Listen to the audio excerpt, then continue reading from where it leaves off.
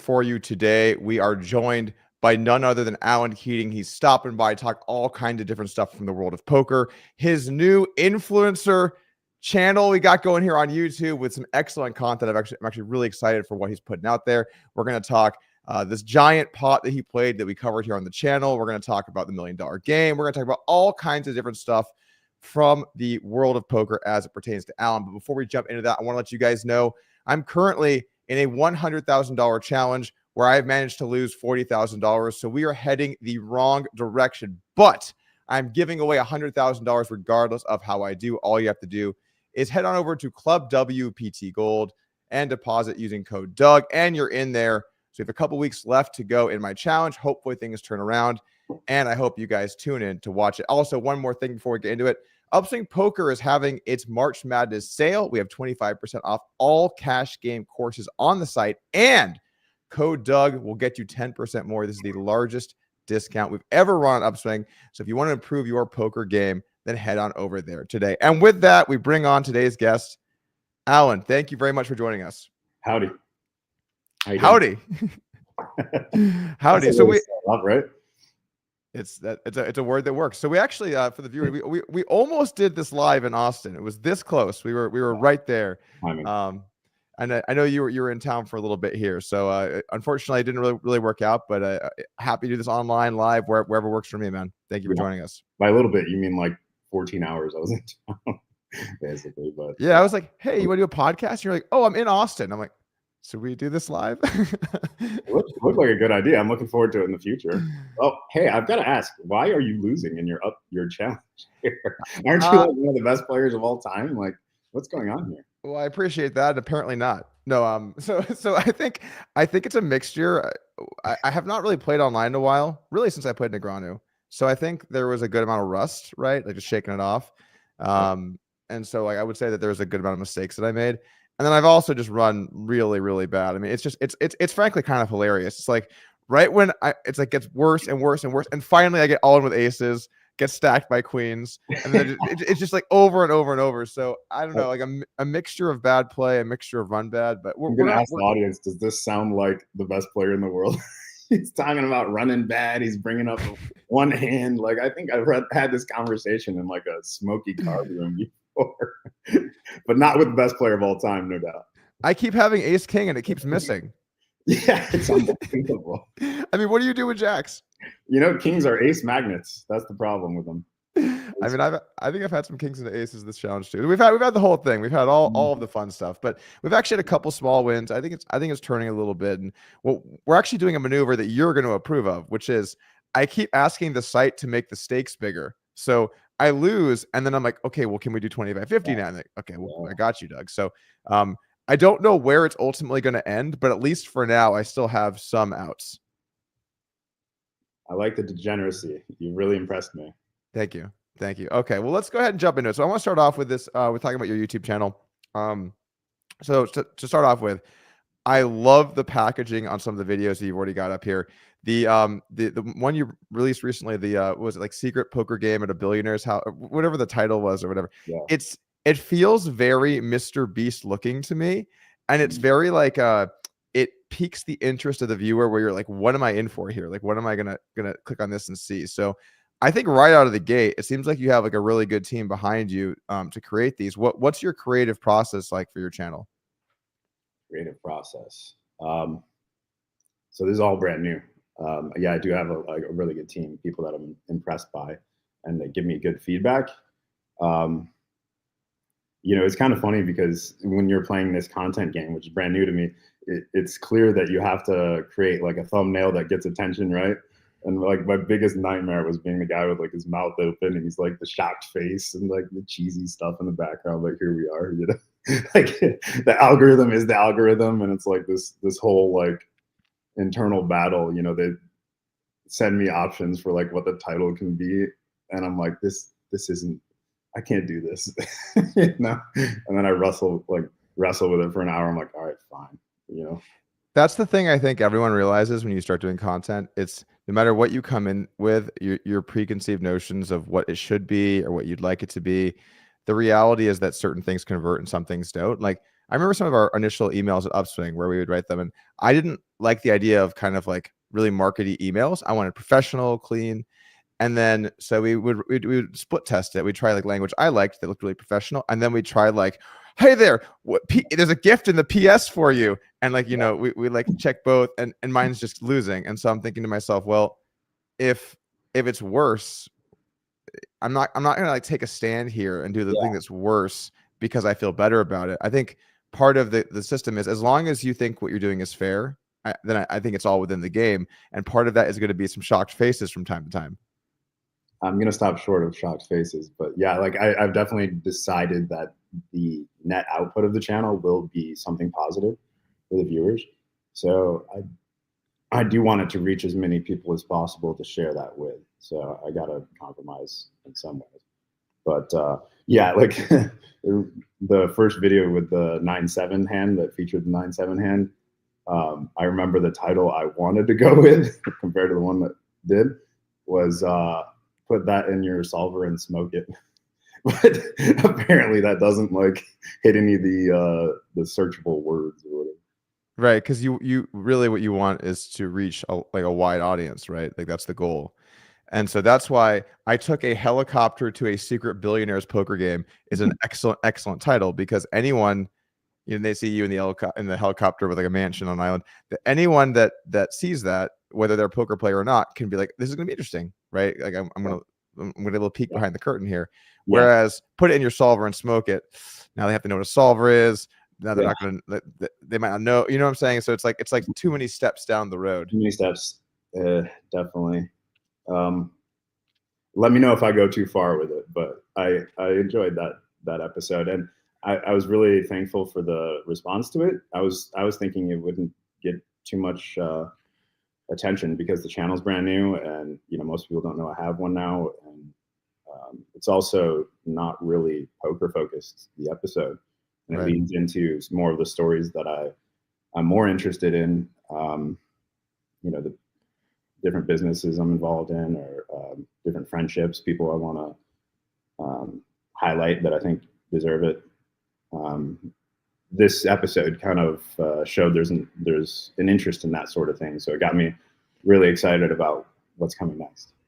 Well, that's very interesting. I do wonder what's coming next, but I have a question here. So, you know, you've basically done like 2 real videos, right? You have a couple like smaller clips, but so, and in one of them, it's more of like the hand breakdown. Obviously, get a little behind the scenes, talk a little bit of that kind of stuff. But and then the other one, it's like almost no poker. You had like a reenactment of the game through your mind, which I found very interesting, and I feel like a casual person can watch that and enjoy it.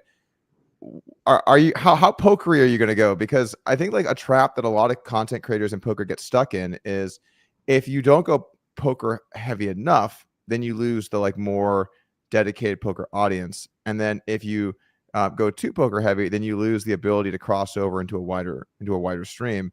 And very few people have managed to kind of navigate that successfully. I mean, I guess you could say Blazarian is probably one of the few who kind of rode that line, at least for some period of time. What's your goal? Like how are you going to balance this demand for, look, like when a lot of people, they see a poker video, they want to see pocket aces in there at some point, right?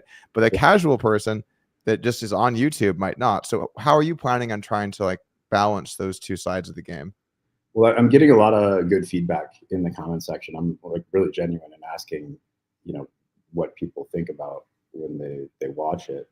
And a lot of it is, you know, from that episode was, show me some more poker. I want to see more poker. And but then from the poker one, it was, you know, I want to see more about what your life is like, right? So, you know, I take everything into account, but I have a vision for the story that I want to tell, and I'm kind of focused on that.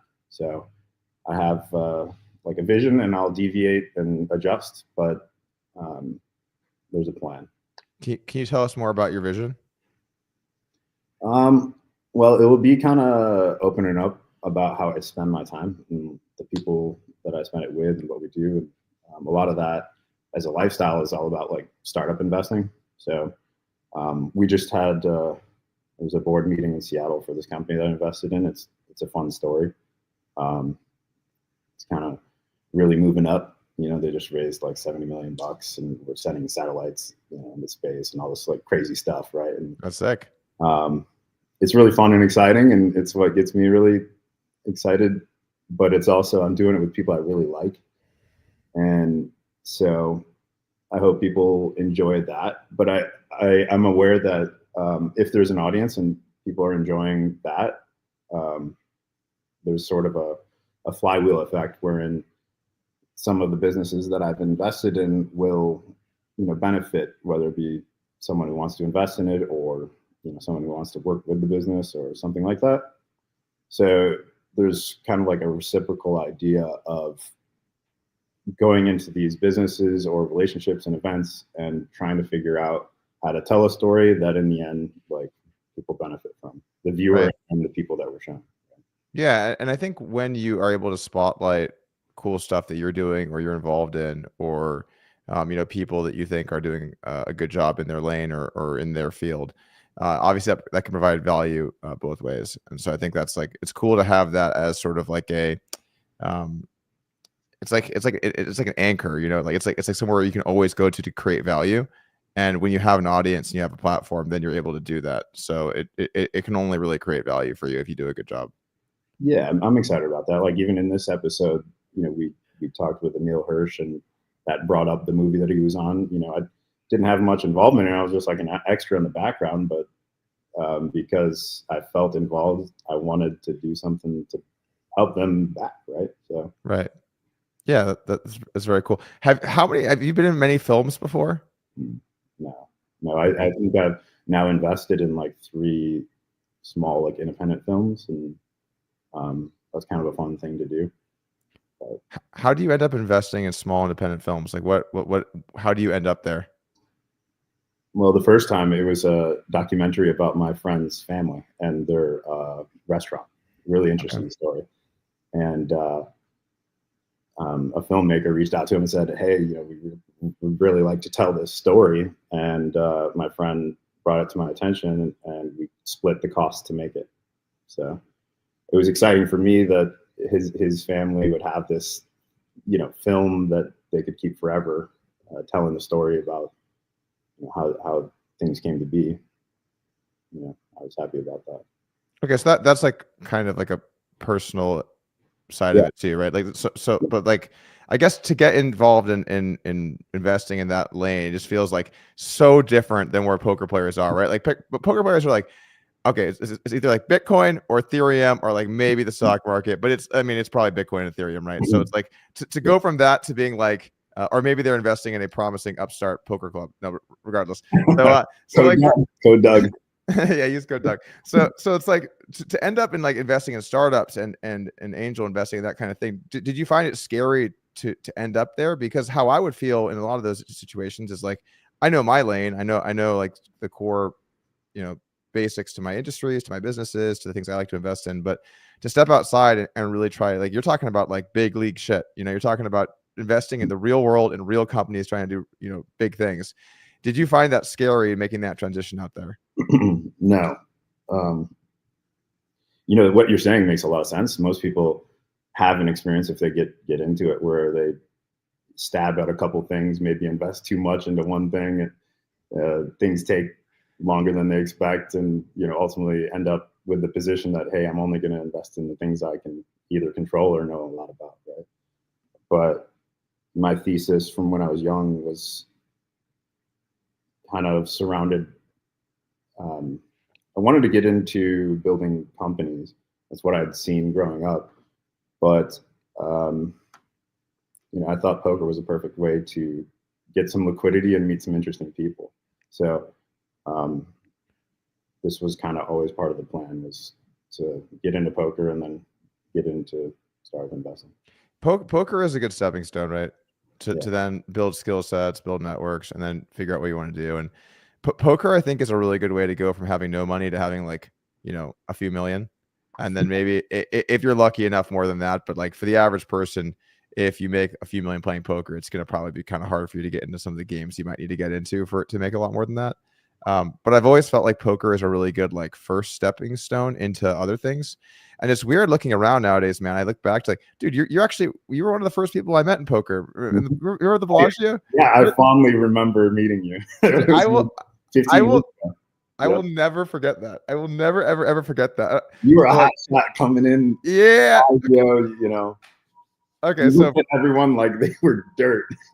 You're like, I'm gonna run over this game. so I mean, you even said it out loud. It was so much fun. I'm like, yeah, so okay, you come into this place, I'm gonna have to fight you back, right? So I walk into the Bellagio. I'm 21, so it had to be exactly 15 years ago. I have a backpack full of money, and I'm ready to go. and I'm like going table to table, challenging people to heads up. This is really normal behavior. And then someone goes, "Hey, maybe that kid will play you," and he points over at you, and you're on the stairs like that goes up to like the little like higher limit area. Yeah, and I walk over, and I'm like, "Hey, man, I heard you might play heads up." And you look at me, and you look at me up and down. You go, "You don't interest me." Do you remember that? Yeah, of course I do. You look. I'm like, what the fuck is that supposed to be? That sounds like the best line I ever had. I was like, damn, that is crazy. Did that pause you? Did that make you like reevaluate what you were doing? I'm just like, I don't know how to respond to that. Oh my god. But yeah, that's crazy. We look back now. It's like that's so many years ago. It's like it's interesting that kind of where we came from, and obviously it's great to see that you've been successful and in your own way, and our paths have been similar but different, you know, in the way that like we've kind of gone about it. But we were always juxtaposed because you were online and very theoretical, and I was just in the moment and only play in person. Right? So yeah. Yeah, we actually never really played that much. We played like once in Bobby's room, I kind of remember, and that might be it, man. We ever played another time other than that? I'm sure we will, maybe at the lodge. Hey, always welcome, man. You let me know when. We'll have cards in the air as you walk in the door. You're doing a great job with that, by the way. Thank you. Congratulations on your award. Thank you very much. Yeah, we actually I took the production team out for dinner a couple days ago or a week ago or something, and just to celebrate, and it was a good heartfelt dinner. Everyone stood up and said what the lodge meant to them. It was very cool. We have great people. We're really proud of our show, and it's been cool because I feel like when you don't have a poker show, like I'd watch these shows and I'd have all these ideas for things like how you do it, you do this, that, and the other. And then when you actually sit down, you're like, okay, we're making one of these. Like, well, how do we do it? And then you kind of go step by step, and you get all the right people in the right place, and you find like you have to find kind of your stride, right? So we're very proud of our show, everything that we've done, especially because you think about it. Austin's not the same thing as being in Vegas or LA for poker shows, where you just have like this infinite list of poker players, that would want to go play. Particularly LA. LA is sick. LA's got like 5 times as many people as. Yeah. But for being where we are, and for I feel like we've kind of put Texas poker on the map a little bit, at least domestically. So we're proud of our show, and yeah, we're trying to do cool stuff, man. Trying to do cool stuff. What part of this whole process gives you the most satisfaction? Oh man, it's hard. Is that what's happening? Oh, I mean, you're welcome. I'm happy to field questions. Yeah, I'm curious. What's making you really move on this? I think when you recognize that the business makes a real impact for like the people that work there, there's like definitely like a culture of like a family at our card rooms, and yeah, you want to like make sure that people have good opportunities, right? And then as far as like the actual poker playing goes, I think like actually just caring about poker and wanting to be good games and wanting it to be run appropriately and wanting it to be fair, and it's not just like these are people where you're trying to nickel and dime them for every last dollar, like I feel like happens in a casino, right? We're not a casino, we're a card room. So I think like caring about poker is cool, and being able to have fun events. And it is a little bit weird where it's like, oh, let's do this crazy idea, and you realize that there's no one really stopping you, like you can just do whatever. So I don't know, I guess like just trying to do fun stuff and capturing that on with the show and the people you meet along the way. There's so many great people here. Like that's actually the thing I think kind of stands out to me the most. And I think part of it is because poker's not grinded down here yet. You know how like you go to some parts of the country and you meet poker people and you can feel it's kind of grinded down a little bit. Sure. I feel like poker only really kind of was popularized here in the last 5 to 10 years. And so people still have this zest for the game and this joy to be part of the game. And there's just so many great people that yeah, we're very lucky to have both the employees we have, but also our members are good people. So Yeah, it's a lot of different aspects. It's criminally misunderstood how focusing on the people in and around your business is actually the way to succeed, right? Yeah, I mean, it's almost a little bit cliche, right? But it's about finding good people. You find good people, and the rest works out. Also, generally speaking, the tips are pretty good here, so it helps get the better people, I think. But yeah, it's a win-win. Cool. But going back to this, so just a couple more things on this YouTube channel, then we'll change gears a little bit. I have to ask, how much are we spending on this channel, man? I'm seeing a lot of flying around. I'm seeing a lot of production. I'm seeing this. Look, this seems so like I've spent $170,000. I have 2 videos. on 2 videos. What? Oh my god! I have the receipts. Oh my god! I think we have like 7 episodes in the chamber, but oh wow. Yeah, I really want. I've got an excitement for it that I haven't had in a while. So I'm really excited about it. Almost approaching it like I would a startup. So we're testing things out. We're being flexible. It's pretty fun so far.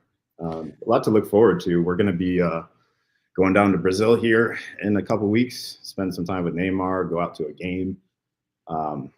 Go to his office, meet his dad, talk about like investing in US and that sort of thing, and play some poker. And we're going out to New York for Ryan Garcia's fight. Oh, nice. And that's in like Times Square, which is just going to be such a amazing thing. It's never been done. We're going to be telling a lot of fun stories, just kind of going around. So you said you have 7 episodes like recorded, like done? Not done. They're like brought to a certain level. I'm not sure what the term is, but okay, in production. Yeah, they need some more editing. Yeah. Okay, good. Oh, but filmed. You filmed them, but yeah. Wow. Okay, so you're ready. You're really committing to this. That's a serious commitment to already have that many ready to go. I've already actually storyboarded out like 3 seasons. Seasons? We're doing seasons. Yeah. I don't know if this is really done in YouTube. That's why I'm thinking about it differently.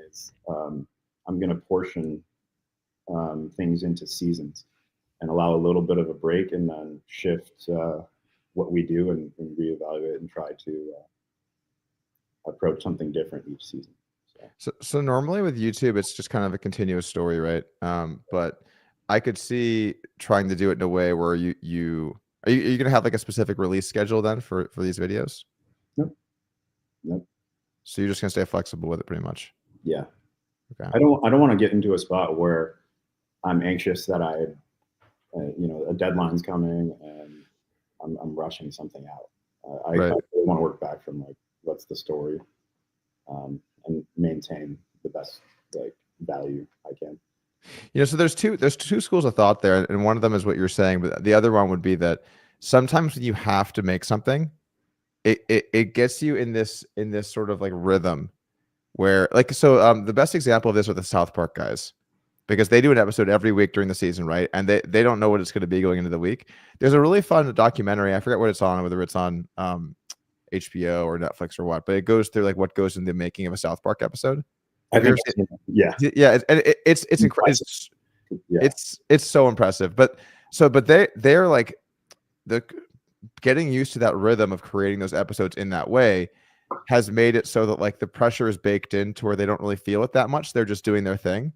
And then that lets them shoot really high volume, right? I mean, there's been so many South Park episodes, and obviously they're incredibly good. So I guess like the only downside to doing it where you don't want to have time pressure is that sometimes things can start to lag because there's a lack of time pressure to like make you have to post it. It's like a hard thing to balance sometimes. Yeah, it's something I probably overlooked.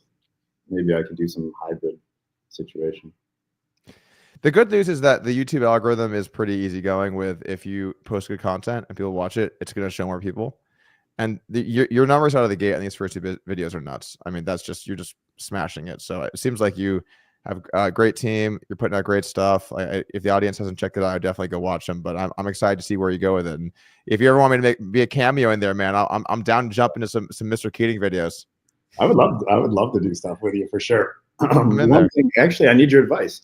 The next 2 episodes on the channel will be like almost pure poker. It's day 2 and day 3 of this high stakes poker filming.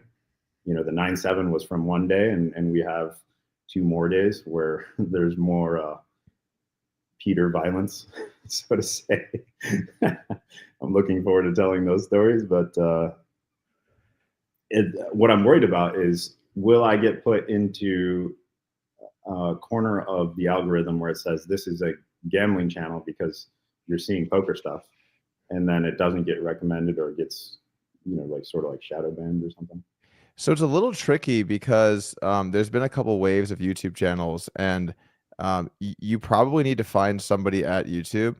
There was a guy like a few years back that helped out several channels avoid that. Like, so my channel is like, you know, whitelisted or something. And so, but some of the newer channels are not, and so they do have problems with gambling links and stuff.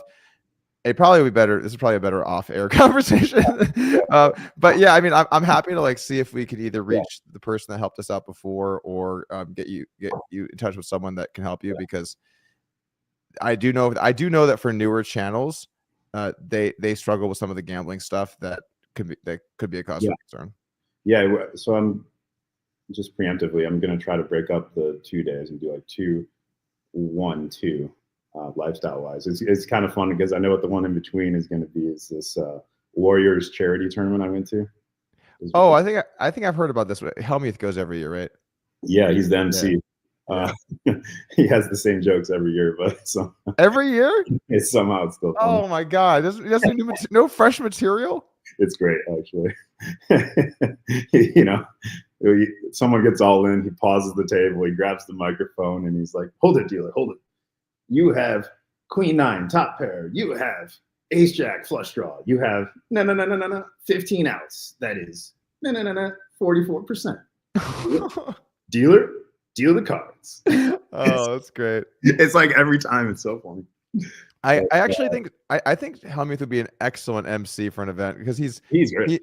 He's absolutely a showman, 100% a showman. Well, what's going to be surprising out of this episode is I'm playing with Steph Curry at the table, and we were talking a little bit, like really, really good guy.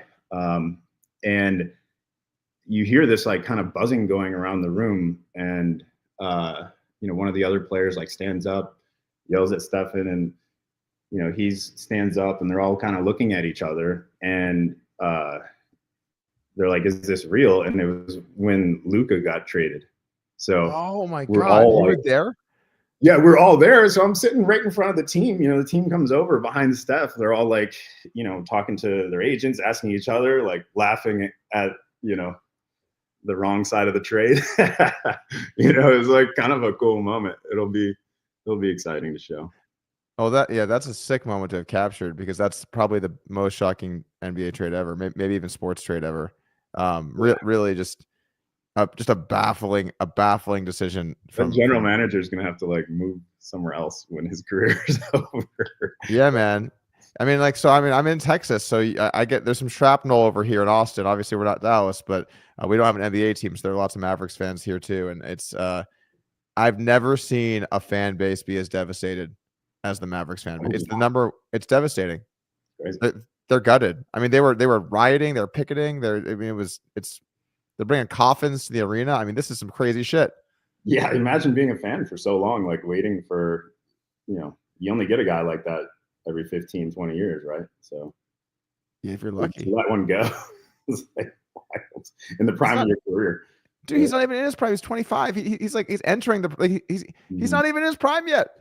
It's sick. Yeah, the criticisms, they're like, "Oh, he's out of shape." It's like, you were in the finals like 3 months ago. Yeah, you just made the finals, and now we're doing this. Yeah, the fat comments are kind of funny. It's like it felt a little bit to me like when a couple breaks up, and then like you start to hear the rumor mill on the other side a little bit. You know, yeah, he was also kind of fat. It's like, what? Why? He drank beer. It's like, oh, really? You're right. I guess you can't win a national championship and have an affinity for beer. There are some funny beer Luka clips though. Like there's this one where after a playoff game, he's like having a beer in the tunnel, and like someone Have you seen this? Yeah, Where it's the like, guy takes it away. yeah, somebody just like runs up and snipes it, and he just like looks at this guy as he walks away with his beer because it's like you're not supposed to have a beer right now, you know. But yeah, it's okay. So putting sports to the side, I actually you created a good segue here because the next topic I want to talk about was this 900K pot, which I broke down on my channel. You actually messaged me about it, so I think you enjoyed my review of this one. I loved your review. It's good. Okay, cool. I'm glad to hear that. So it's a crazy hand because everyone has so little. Like no one really has anything, and the pot is just so unbelievably gigantic. So what was going through your head here? I mean, obviously you covered on YouTube, so we're going to be rehashing this a little bit, but at some point, like, did you just decide like this guy just doesn't have it, or like what was going through your head to put in that much money? Because we're talking about putting in, almost $500,000 with third pair. So like at some point, what was going through your head? I'd like to say reads. Oh, okay. Actually, this is one of the pieces of feedback I really took. Someone said that I should have gone into more details about why I played that hand that way, and I might actually do that. But if you look closely, when I raise him back, he looks confused, kind of like shake his head around, and isn't quite sure what he wants to do. And I thought that if he had the hands like pocket sevens or A7, that he would know exactly what he's going to do, right? Like A7, he's going to be like, calling and, calling every card that isn't a spade for the rest of time. Yeah. And like pocket sevens, he might raise back maybe or call, I don't know. But like, if you just look at him, I want to pull up the video and be like, does this look like a man with sevens? All right. No, let me pull it up here. Let's No. pull it up. Let's do it. I can share this. I believe. I think we have the technology. It's on the side. All right. And I will share your, here we go. Okay. I think you should be able to see this. All righty. Cool. Think so? Yeah, so this is from your video. Yeah, go even before then, before I raise, right? So actually, where are we going here? That's right here, right? Yeah. Just play it without the audio. Yeah. Let's watch his mannerisms a little bit. Pre-flop? Or on the flop? No. Once he raises, it's interesting a little bit, right? There's a bet here. It could be against aces, kings, but you're raising, just to take whatever hand it is that's c-betting out of it that isn't one of those hands, right? Right. Okay. Yeah. I mean, yeah. And so it's like a typical situation. Look at his behavior, right? Like not a lot of like interesting stuff's going on. But as you go to the turn or go to the keep playing when I raise, just watch his mannerisms. In my mind right here, this isn't checking out. Like this, in my mind, this is always spades. Yeah. So in this situation, it's a little bit weird, right? Because Peter is a relatively aggressive player, right? Yeah. Maybe even very aggressive. And so like, how many hands can call pre-flop that hit this flop? It feels like a pretty low number of hands. Like A7 feels like the one that I would be scared of if I had to be scared of one. A7, hand. King 7, sevens. But I'd also noticed that he re-raises a lot with suited aces pre-flop. He's got that like pro style where people seem to be doing that a lot. So here you think he looks like he doesn't know what he wants to do? Yeah, just watch him. Look at it, kind of stunned. Why am I getting raised here? What's happening? I don't feel like that's fake. It does look pretty stunning. Or it is pretty stunning to get raised here. Right? Yeah. Interesting. Now ask yourself, if you had pocket sevens, would you make that face? I would be like, Christmas bells are going off. You're like, do I raise or do I call? Like, well, I guess for me, I just try to be like balanced with it, right? So I guess you're asking like in a scenario where you're someone that kind of more wears your heart in your sleeve, are you making that face? And I mean, poker players can lie, man. Like they can be misleading. Sure. I guess so. I played a similar, obviously not that similar, but I played a hand versus Peter where he had top and bottom pair or something, and He actually played it a lot more conservative than this, which makes there is an argument for calling with King 7 and Ace 7, right? Because Steve can keep bluffing with his straight cards, Queen Jack or something, and you also like don't lose as big of a pot if he actually has Ace King or Kings. Right. Yeah. So you kind of take away a lot of those and then throw in like all the spades. And at that point in the hand, we've been playing for a while. So you kind of like throw in like Jack 5 of spades and stuff like that, right? So.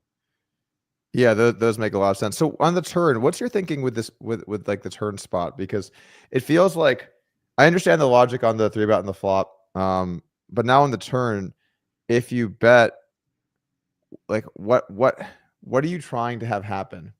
You know what I'm saying? Like what's the goal of this? Because like if you think you're good, I get that. But like if you think you're good, what the hell are you trying to get value from? I'll tell you exactly what I was doing, which I know is not like good poker theory, but I was going to bet and then check call all non-spade rivers. Okay. So you're trying to charge a flush draw, basically. I was thinking I would play the hand where like it looked like I had a flush draw that gave up and let him bluff his bad flush draw to fold out my like good flush draw. Okay. Does that make sense? Yeah. So basically you're trying to give him an opportunity to bluff with miss spades. Yeah. Okay. It's a shorter, more concise way to say it. It's all right. I've been doing hand reviews for some time. I haven't talked poker hands like in 15 years. So it's a little weird. And also, actually, there is something with how you play, Alan, where I feel like you have like a really good. I'm gonna use a term. It almost is gonna sound like a joke, but I'm serious. You have like some white magic. You know what I'm saying? Where it's like you can kind of like feel spots somewhat. Yeah. And I think you're not someone that is used to verbalizing those things. No. And so I feel like sometimes when even here you're trying to like analyze this hand or break it down, like there's something happening at like a almost subconscious level that you're picking up on that you're trying to then like find the words. Does that make sense? I feel that way from you. Yeah, absolutely. I've never, I don't have a friend that I talk poker hands with. I try to forget them just as fast as they happen usually. Certainly, I'm not comfortable breaking down a hand, but it's a fun exercise, especially with you where you can point that out. Yeah. This turn raise. What did you think of that? That was a great raise by him. Well, it's a pretty aggressive maneuver. I mean, like the size seems weird, right? Because it's like it leaves only about 230 behind when you make it 175. So it feels like probably should either be smaller or all in, I imagine. I also think this is the kind of raise where, and I've seen this with some players. Actually, this is actually a pretty good just note for the audience. But a lot of times when I see a raise like this, it's like overly big and kind of commits people. I feel like they have like some kind of draw that doesn't want to get forced off it if you face a jam. You know what I'm saying? So like if he makes it 175 here and you jam, he's gonna have to call for the 2 whatever, but he has a pair and a flush draw, so he can feel kind of good about it. I don't know what 100. He's not gonna love it with one card to go, basically. Yeah, so like when people have good hands, they tend to either trap or raise really small or raise really big. But when it's in that middling size, I just see a lot of hands sort of like this. That said, I would never be capable of doing what you do here. So it's not like I'd be like, the pair and the flush draw. Well, it's one thing to have the idea, and it's the other one to call the 175,000 with one card to come, right? I'm not sure it's a good idea to make a habit of making big pots out of position with third pair, but he still has a lot of equity in the turn. Yeah, it feels like you're either making your 50-50 against a hand, or you're just murdered, right? So. And one more question here. So you definitely give him a little bit of a stare here. You're trying to like figure out what this guy's up to. I feel like you're a pretty non-confrontational person, right? When it comes to like poker table demeanor. Yeah. So like, what do you do? And this is actually more for my own curiosity. I had this thing where if I'm watching someone and they look at me, I always look away because I don't want to do the whole So is that what you do? If he looks at you, are you going to look away? Or are you like? Probably. I played this tournament in the Bahamas. That's also an episode, by the way. And this guy Alex Foxen, I've never met him before, but he's like superstar tournament player, right? We're playing a tournament, and he like raises before the flop. I call, and it's heads up, and he's just like staring right at me the whole time with just like, I'm like, I'm not used to this. This is weird. Do you want to like look at the flop, or can we talk about something? Yeah. So yeah, I don't know. There's some people that are comfortable staring at. I don't know. This like day of poker was it kind of like a serious day, you know? Yeah. It was fun, but then it turned serious, and I feel like that's the most exciting part of a game. You know, initially you're kind of messing around, and then stacks get deep enough that interesting stuff's happening, and the game had just like flow wise turned and took that turn.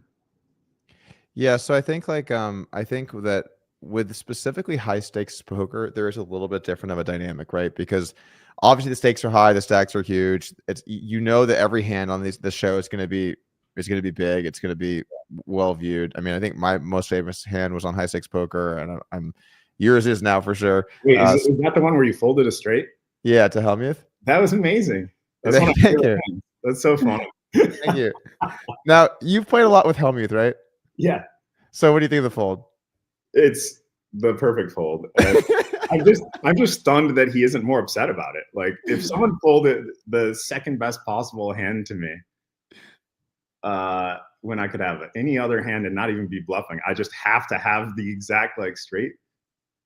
You know, I would be like slowly walking away from the poker room, like wondering why I'm spending my life doing this. Right? I'd be like, and why am I here? You know, I would have these existential wanings, you know, for like weeks. But so after that hand happened, I don't think it made the edit because they edit these. It's not like it's like a stream, right? And I don't think it made the edit, but he looked at me, and so after when I folded, he quickly threw his cards in the muck. He's like, dealer turn and river, because he's like trying to make it seem like see if he voted up with his pocket. yeah. So then then there's like an awkward silence for a bit, and then he goes, "That's the best fold I've seen this year." And then there's another awkward silence. He goes, "That's the best fold I've seen in the last 2 years." And then he goes, "That's the best fold I've seen in the last 3 years." And then there's a pause, and he goes, "Yeah, 3 years," which means that there was a fold 4 years ago. there was that's so, it's like so funny. It's like he's cataloged all these hands away by year, and he's like cross-referencing the fold versus. It's like, oh, the great fold of 2016 has got you pipped, but up until it's like, what's going on? What are the chances that fold wasn't made by him? Oh, you think it's his fold? It has to be. Oh, in order to have beaten yours, it has to be his fold, right? I did not think of that. I assumed he meant someone else's fold, but he was going through his own fold. Wow. We're getting a glimpse into Phil Hellmuth here, Alan. We appreciate the insight. That's a good one. Had to be. While we're I like the cold open with Hellmuth in your episode. I thought that was great too. Yeah, I'm not like a outspoken person. I'm mostly like pretty private. We're pushing that, you know, nowadays, but I don't want to be out there saying, you know, we're at a high stakes game with a decabillionaire, but I appreciate when Phil says it so I can put it at the front of the video. Phil he'll take all those spots for you. He's got you. He is not afraid to say them. Great. It's really great. What did you see the thing with Phil Hellmuth that recently he's not going to play the main event this year? Did you see that? Yeah, I did see that. What did you think about that? Oh, there's still a few months until the main event. Oh, you think he's going to play then? Yeah, of course. How could he not? Right? Could be his year. So he's bluffing. I'm going to call the bluff. Okay. What's his goal then? Is he trying to get them to change the format or something? Good question. I think there is some pushback from some of his friends or our friends and some other people that, hey, these hours are like brutal, you know? Yeah. And we could also start earlier, right? Yeah. I'm not too interested in playing a tournament because the experience I find soul crushing, but so there could be some adjustments to be made. But yeah, probably change the tournament a little bit. I think you embody the exact opposite of playing tournaments is my take on you. So probably not a good a good spot for you. Anyway, all right. So I'll tell you, I went down there to that Caribbean thing real quick, and I think I lost 3 buy-ins or what have you, and I looked at my last buy-in and I was like, this is such dust. Like, I need to do something else with this, right? And I see Corey Eyring, you know, playing. I think he was playing 2-5 or 1-2. I'm like, Corey, you want to play this thing? So we, like, put him in, and oh shit, we went 50-50, and I was having so much more fun, like, you know, reading or doing whatever, and just like checking in on how he's doing. Honestly, yeah. The sweat aspect to having action at poker tournament is nice. You like get the chip updates. Yeah, you're doing. Cool. You don't have to do any of the tanking or staring. I was so happy when I got knocked out. You wouldn't believe. I just felt like a new man. You know, you walk through the casino. It's like you can go to the restaurant without a reservation. No one's there. Right. It's just nice. I would say any tournament you play where you're looking forward to losing, you probably shouldn't be playing. But yeah, that's definitely definitely nice. There's some freedom. All right, so then I guess just to end this hand, then and then we'll go back to being full screen here for a moment. So on the river, it's not even like a total pure blank here. Like we have some connectivity. No. There's the 8-5 space. Those were the hands I was worried about. 8-5 and 5-3. The like 2 hands I was worried about. But you know what? He just like pumped it all in so fast. I was like, you know, I think if you're in that spot and you have the 8-5, 5-3 or 7s, you're gonna take a second. You're probably gonna like sell a little bit. Should I bet this or should I not? But he just snapped off. So you're into like into some of the timing stuff and like the way people the whole story. It's more fun. I don't want to study like numbers. It's just more interesting to me. But gotcha. I will confess that I was calling the whole time, but I just wanted to torture him a little bit. Wow. Hold on to it, give you a little bit of hope. You know what I mean? Yeah. In the moment, you know, it's also like, you know, I think I said you're either a genius, you look really smart or really dumb, something like that. But I was so excited to show that it was just a 7 on the river though. This might be the greatest televised poker hand ever. Do you realize that? It's in the conversation. It's like clearly like top 5 or 10 or whatever, but it's just so insane. Hands like this, you know, people, because I don't know if you get this right, but sometimes people say, hey, so is that real money? Oh yeah, I've seen that in the comments. They're like, oh, don't worry, it's like 10%. Like they all chop it in the bathroom. Like, what? Are you nuts? What? Why do people ask that so much? That happens all the time. Like, oh, is it fake? Yeah, man, we got 9 people together so we could play pretend poker. Yeah, like, what? Pretend poker. I guess just to make it make sense for some people. But no, this is real life. This is $911,000 with a 7. It's crazy, dude. I thought about that. Like, what are the best hands? And like, it has to be for significant stakes, right? Can't be, you know, a really small stake game. It's got to be on like a big stage, right? Cameras, pressure, that kind of thing. And I feel like it's also got to be. It can't be. The hand can't play itself. It can't be like aces versus kings or like a royal flush or something like that. You're with me on that, right? Yeah, of course. Cool. His reaction too, by the way, when you show your hand. Yeah. It's just great. It's just great. I made one mistake in this hand. If you remember, like the last $1 million game, I was barreling away with this straight draw, and I rivered this straight. Oh yes, yes, I do remember that. Peter called me, and he turns his hand, like the cards, and like points at the 5. I'm embarrassed that I didn't have the awareness. I should have pointed at the 7, you know? Right. Tit for tat. Yeah, totally. Tit for tat. All right. And then, of course, guys, also, this is the channel, Mr. Keating, over here on YouTube. You guys subscribe over here, Alan. I'm in there. Awesome. Thank you. All righty. Okay, so going back to full screen, just us here. So thinking about like best hands, I think in the conversation is that that Brad Booth Ivy bluff. You know what I'm talking about? Yeah. That's got to be up there. Where he showed the 400,000 with the 40s. Yeah, with like the bricks. That's a very iconic hand, I would say. I would say what it has going for it is it was like the right time where everyone's getting into poker. and everyone's watching the same show, and there's this mystique about, you know, Phil Ivey, right? And so all those things made it really special. All at play. The other Ivy hand where he was heads up in a tournament and the flop came out and it was a paired. It's terrible quality, right? It's like this is the start of poker content. Do you know the hand I'm talking about? Absolutely, where it's just keeps going raising back and forth. Yeah. That was great. That hand is insanity. It's just like neither guy, they were both like, you don't have it, and they just went to war. I'd say that one's up there for me. Other best hands. I mean, I don't know what else. What else kind of springs to mind? I'm sure there's some $1 million game hands. I'll put like some kind of boundaries on it, and I'd say it has to be almost certainly has to be a cash game. Okay. Because it has to be deep stacked to be truly interesting. Yeah. Oh, you know what? I have a good one. Jack 4. The hand of the world. Oh my gosh. I remember where I was. I got it like a dozen texts and just right out there.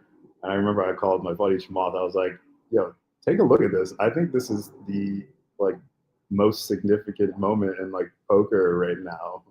And it ended up being a big deal. You could feel it. You could feel it when that was happening. That oh, it yeah. was like, there's no like rationale for how she played the hand other than cheating or thought it was a 3 and misread the hand, right? Yeah. And even it's one of those. I think that's which one you think it is. Yeah. Well, what do you think? What do you think about Jack 4? I don't know if we ever weighed in on that. I think she misplayed it.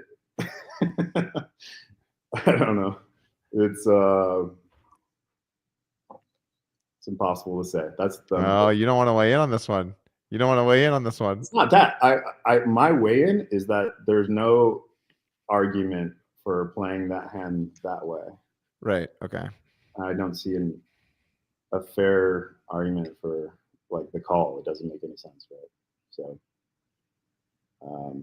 that was concerning. You know, I'm going over to this place. I'm playing every once in a while for like real money. You know, you want to be safe. Same. I've also played some, but they're pretty big games too. Yeah. I mean, it's. I think though. I really think that it was not happening. So first off, I've said before, I feel pretty confident it's cheating, but I don't think that it was at like the high level in the company. Like, I don't think it was Feldman. Yeah. Even with Bertucci, I don't think Bertucci was a cheat. I don't believe that. You know, and it's not a great time to stick up for Nick Bertucci. So obviously, I'm but regardless, I think that it was one of the workers with the filing cabinet that was blocking the camera. Which you heard about this, right? No, tell me, because okay. I know one of the workers took the chips from her stack, which was like maybe the most damning thing of all. Right. It's certainly up there. So I forget if I was going to LA or if I went out after this happened. I think I was already a trip planned. So I go out there and I'm just like, you know, doing some investigative journalism. And I'm like, okay, let me see the scene of the crime, or rather, let me see your studio or see your production room. So we go back there and I'm like, well, where are your security cameras? It's like just one right there. And I was like, okay. So then why is this filing cabinet here blocking the view of this seat? And they're like, oh, Brian moved that there like 2 weeks ago. And I was like, he moved it there so no one can see him on the cameras. Like, yes. And I'm like, and why? Like, oh, he said it should be over here. I'm like, And then that was the guy that got caught stealing the chips off the stack.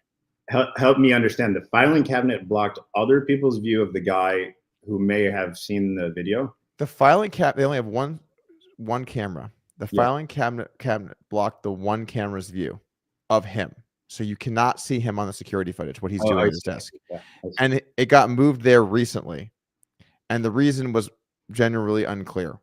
Yeah. And so he can see cards and sit in the seat and do whatever. And so pretty clearly in my mind, there was something with that. Yeah. And then when they found that he stole chips off the stack, it made it even more like, what the hell, man? Like, I mean, I just he writes a book, If I Did It, you know. If I did it, here's how. Yeah. That would actually sell a lot of copies in poker.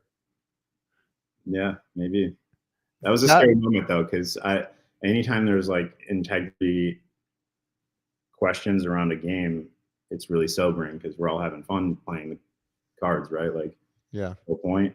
And then you're like, oh no, it's a little sobering moment. What's really going on here, right? Yeah, because if you think about it, it doesn't take a very high percentage to get cheated where you're just going to lose infinite money, right? Because if you are getting cheated, it's for a ton of money. And I know that they take security more serious there now. And I think they're doing a better job with things. And I do trust Feldman to do a good job with the show. It just you have to be vigilant with the way that you handle things, which is why I think we were one of the first shows to go to like no hole cards in the back. Yeah. Maybe even the first show. I don't know. Where just like, we don't have your cards, guys. And by the way, there's some moments where that's really tough because, like, for example, just one hand of the year last year, and it happened at the lodge. It was a hilarious hand. It was much smaller stakes than this, but basically, I feel bad for one of our members. He has to relive this moment over and over again. But basically, he folded the nut flush in a spot where two people went all in, and it was like top pair versus aces, and he just folded the winner. So she jammed aces and got a worse hand to call and a better hand to fold. So it's like absolute perfect hand, right? Yeah. But where I'm going with this is when we're trying to capture the moment, in the comments, people are asking, hey, you have the wrong camera on the wrong person. Like, I want to see this guy. It's like, we don't know the cards. We don't know who has what. You know what I'm saying? We can't like zoom in on they don't know who has what as a security thing. And the viewers are used to always having the camera on the right person because the production knows who has what cards. But if you don't have them live, you can't do that. So it actually does hurt your show to protect your players like that. But I still think it's the right thing to do because the number one most important thing has to be the money. I mean, poker's for money, and you have to protect that. At least I think. What's your take? Yeah, obviously. I mean, you can't sacrifice anything when it comes to integrity in poker, right? So I agree. But it is kind of a shame, the limitation you're talking about, where maybe the camera's in the wrong place every once in a while. That kind of sucks. But it's a disadvantage. Yeah, I'm excited about some of these other streams. I'm excited that all that stuff is growing. I think a big factor I look for is like audio quality. Some of them, it's hard to hear what's going on. But I think there's a lot of ways to innovate in this space. I'm sure you got future plans, but there's a lot more we could do, right? Yeah, so there's actually a couple great different ways we can go with this conversation. I want to just jump on the first thing you said, though, like all the different streams coming up. Obviously, we have Live at the Bike move to the Commerce. We have the Venetian one coming up. We've had, I feel like we're seeing more and more streams. Here's my question to you. Do you feel like there's really enough out there to support all of these shows? Because it's starting to feel a little bit to me like it's going to get hard to create unique and compelling content when we have so many studios doing so many different shows. And how many games can we really support in this ecosystem? Like, are we reaching a critical mass here where we have too many shows? What do you think? We are not reaching a critical. We do not have too many shows. Maybe we have too many shows that are too similar. I think that if you were to apply a different take meaningfully to how you show the game, and namely spend more time developing characters, telling stories before and after, and building that stuff up, I think the lane's like wide open. Yeah. Well, so with building characters, because I hear that take from people, and I would say I guess I agree, but my problem is I feel like in poker, what's compelling about people's storylines is like who they are, and that gets told through them playing in games. Like so like the best example, think of all the guys that were like the generation before us, right? The Ivy, the Hellmuth, you could say he's two generations, I guess, but Ivy, Hellmuth, Negreanu, all these guys, they really benefited a lot from the TV boom. Poker boomed. Yeah. They were in every big game. So what made their storylines and their characters wasn't like someone being like, this is Daniel Negreanu, he's from Canada. Then this is Phil Hellmuth. He's like, what made their journeys was like the bracelets they won, the high stakes cash games they played, like that their actual accolades and appearances, not like explaining who someone is. So in your mind, how do we rather, I suppose, how does the poker world find these characters, not just through the playing of the game itself? That's a great point. I mean, to develop a character in the first place, you got to like move over time, right? surely of your introduction, but you got to experience them going through things over time. And so having some of the same people play with each other, I think gives a chance for like rivalries to build. And if you look at the market, the Berkey airball heads up situation, you know, they're coming to blows in Bobby's room almost. That was great. That was great. I was dying. That was like, you know, that was an amazing moment.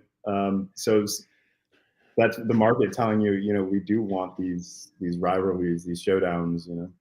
Well, I mean, like, so at least from my perspective, I think me and Negreanu was probably like one of the #1 beefs, if not the #1. I mean, it's got like 6 million views on Poker Go. It's like one of their most popular videos ever. Are you friends now? Friends is too strong. We're reasonable. We're oh boy. I feel like it's one of those things where it's like enough punches have been thrown where like we're gonna just move on forward here together. You know, we're adjacent to friendship. We're I would say if I can hit up Daniel and we can have a good conversation about stuff, and that's cool. But that's like, or you know, I can invite him on like my channel. Like, you know, last time we talked to you. Yeah. That was great. People loved that, by the way. That was a good balance. That was fun. But I wouldn't say friends. That's probably too strong. But where I was going with this is poker needs. This is a good topic, actually. Poker needs more villains. Okay, because we have a lot of heroes, but we really need more villains, because in order for heroes and villains to have their arcs and to have their triumphs and their defeats, there needs to be a compelling reason why. And I actually think Nick Airball is really good as a villain, because he is loud, in your face, brash, shit talking. And when I think about what poker needs, and people might find this to be controversial, I think we need more people like that make it interesting, you know, that make it like more dynamic. I couldn't agree more that we need more villains, and I agree that Airball's a great candidate for that. But I disagree that we have a lot of heroes. You know, you have to slay a dragon to be a hero. You know, it's not just because you're likable or nice. There has to be some sort of conquest. Yeah.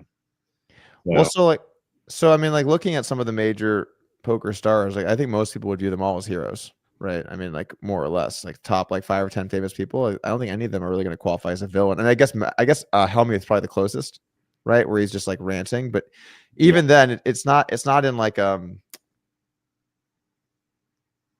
it's not in like a really it's not like a mean way, you know. It's in like a kind of pathetic way. Well, what about Eric Person? Was he? He's a villain, yeah. I think. You think he's top 5, 10 most famous poker players though? Like, I wouldn't put him in that. No, I'm just thinking of other villains. Yeah, I would say he's one for sure. Yeah, I mean, there's some great ones. The double middle fingers to Hellmuth.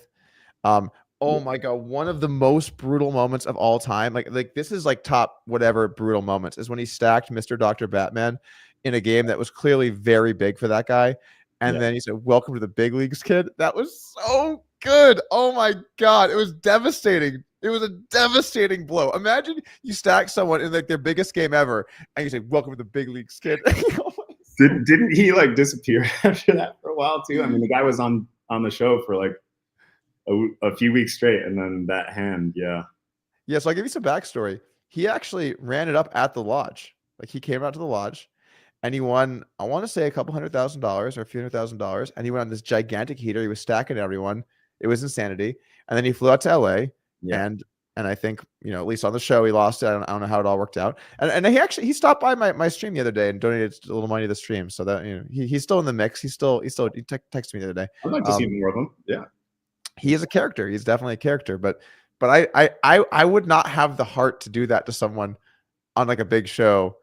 You know what I'm saying? Like, to do that, to say that to someone. I mean, and I get he was being really annoying. Like, these little like tilt cards, and but that's kind of his shtick or whatever. But yeah, I would say that's a good example of another villain. But it's a short list. I mean, like, it's a short list. Who are the other villains? Need more. Maybe we'll get someone to convert or even reveal themselves. Yeah. We need more. I guess Vertucci's probably a villain at this point. Probably in the. What did you think about how Hustler handled that situation? that's not a situation I would want to be in, you know, Yeah. on the gate, right? Like, I guess I'm thinking from the position of Feldman, it's, you got to be like really disappointed about it. And there's going to be like a series of steps that he has to take, and none of them are going to be fun, easy, or you're going to be criticized for them all, right? But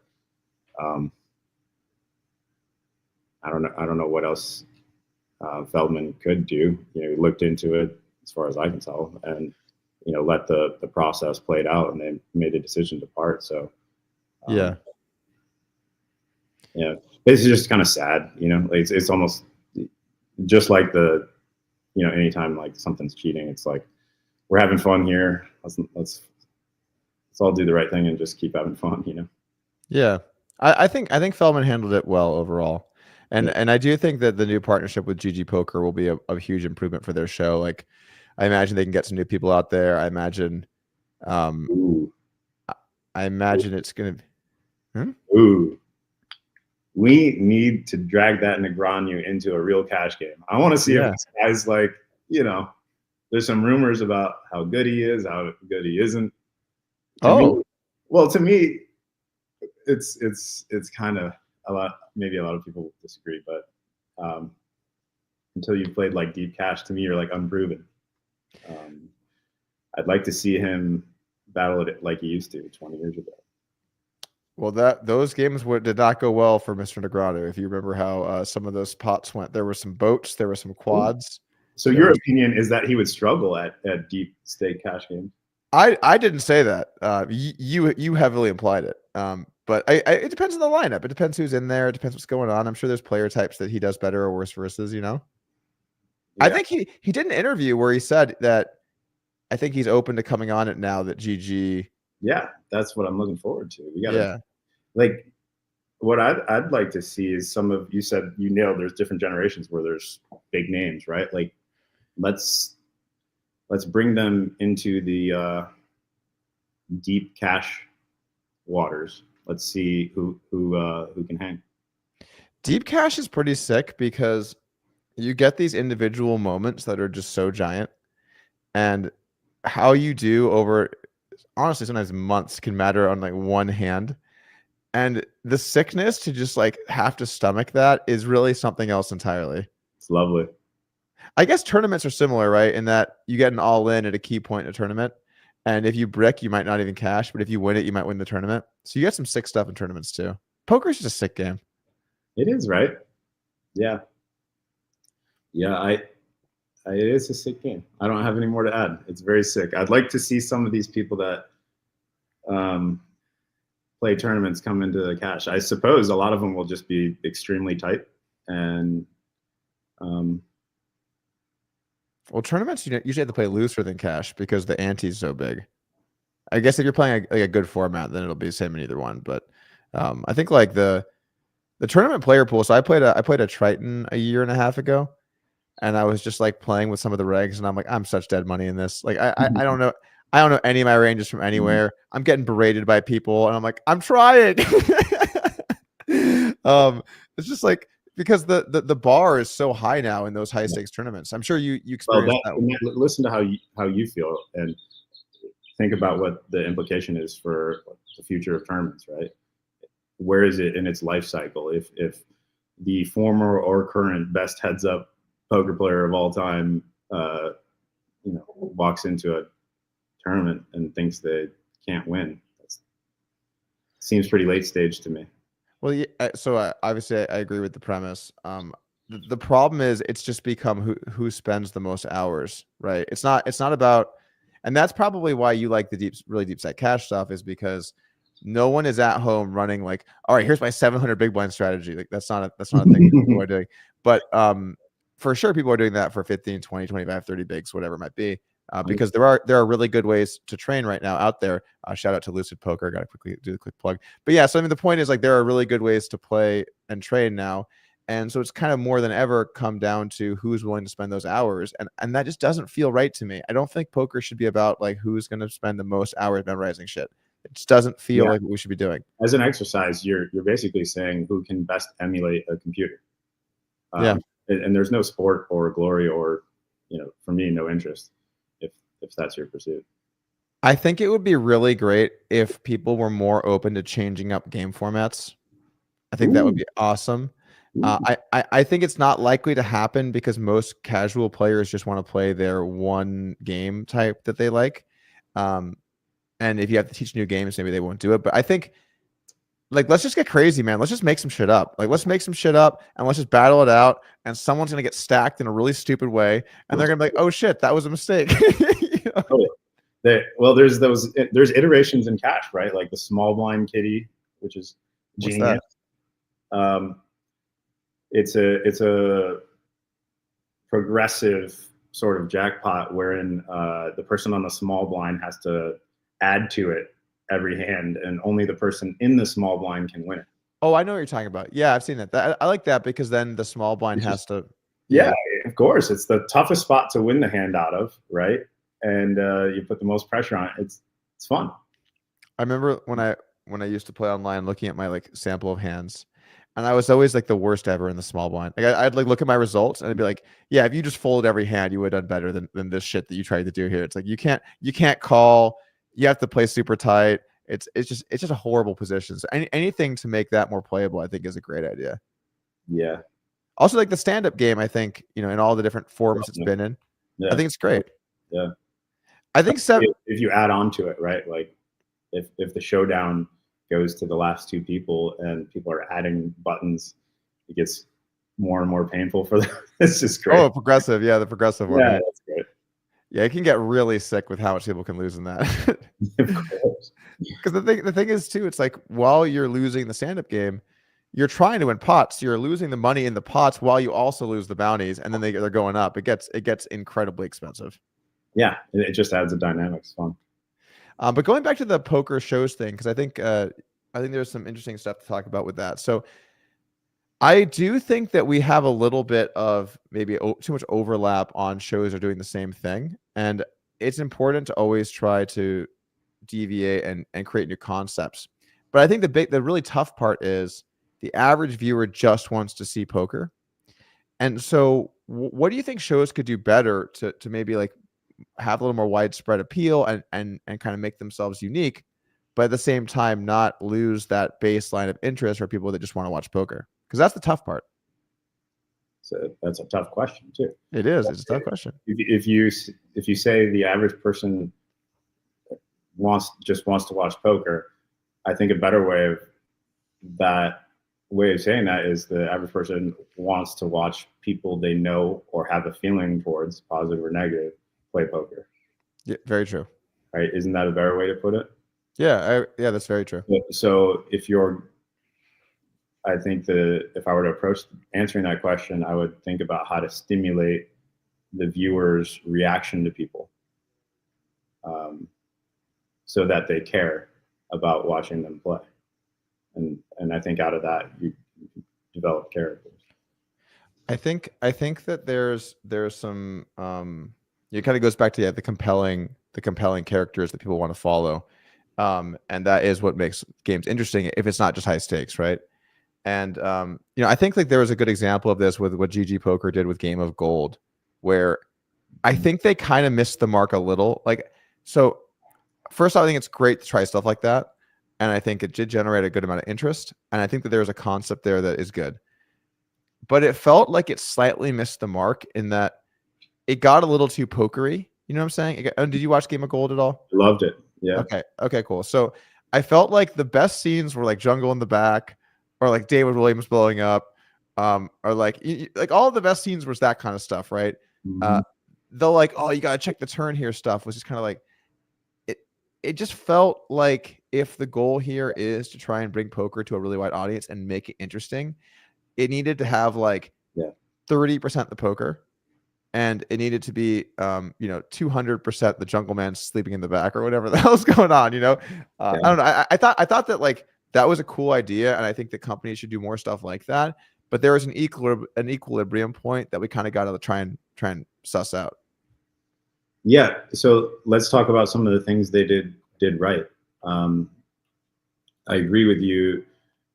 I think we can agree that poker just watching people play poker has reached sort of its limit for viewership. It's not growing. The amount of people that want to watch poker are watching poker. It's like people oscillate.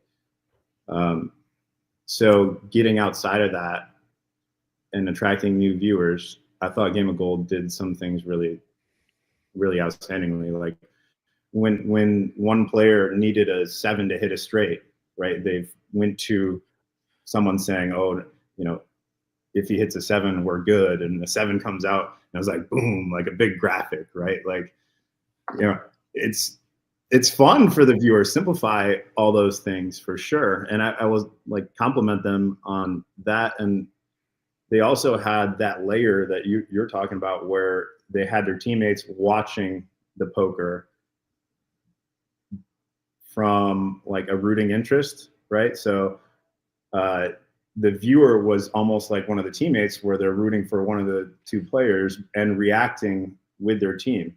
Right. So it had this like extra layer where it kind of coached you, you know, how to respond to stuff. And if you're new to poker, all that stuff is really important, right?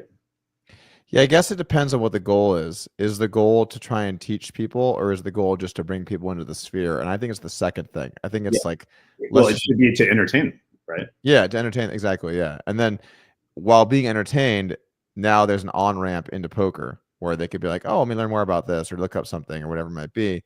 And I think finding here's a good example, right? The movie, Queen's Gambit, or Queen's Gambit. That movie just completely revolutionized chess. It probably like doubled chess viewership and interest, and maybe even more than doubled, maybe 2 or 3x. It was this gigantic boom, and I know it was a perfect storm because it was right when COVID happened, and so people had all this extra time. Poker was kind of like this too. COVID was actually really good for poker. But you know, that movie in conjunction with COVID just blew chess off the map in terms of its resurgence into popular culture. And I feel like it's because you made a movie that is compelling for people, no matter who you are. And then now, if someone wants to learn about chess, they find chess. I feel like poker needs to do that. Like, I'm not saying it's going to be the same thing. I don't know if we need Rounders 2 out here, but there's got to be something where the content is entertaining and captivating in a way that brings new people in. I think that, I agree with that general premise. I had a conversation about this recently where I made it into an analogy wherein if the show is like a dinner party, poker should be no more than the utensils. So all the interpersonal stuff, all the character development, all the interactions, I think poker is the utensils. And that's my vision for the channel. And I hope, you know, the poker community supports me, because it's not going to be all poker. I think that's brilliant. I think it's a really succinct way of putting it, and I think it's absolutely the right approach. So I think that's awesome. That's a really cool way of looking at it. Yeah, we'll see. Yeah. Time will tell. All right, let's get into a couple other topics here. Moving forward, we talked about this 900 thing. Thank you for reaching out about this. It's fun. Oh yeah, dude, for sure. So honestly, like, it's kind of cool in a way just to be able to sort of kick it with people you've known for a really long time. And it's always like this with Joey. Whenever me and Joey do a pod, it's like I feel like we're just hanging out, and then there's an audience, which is cool. He's great, isn't he? Joey's dude. Joey's the nut. Joey's my guy. We've gone back for so many years too. It's been he's a great dude, absolutely great dude. But yeah, so like it's always nice just to be able to have these conversations, and these are things maybe we would talk about, obviously in a bit different if we were in person, but things we would talk about anyway. So it's kind of a win-win when you can do it and also create some content. So let's talk a little bit about the Hustler stream.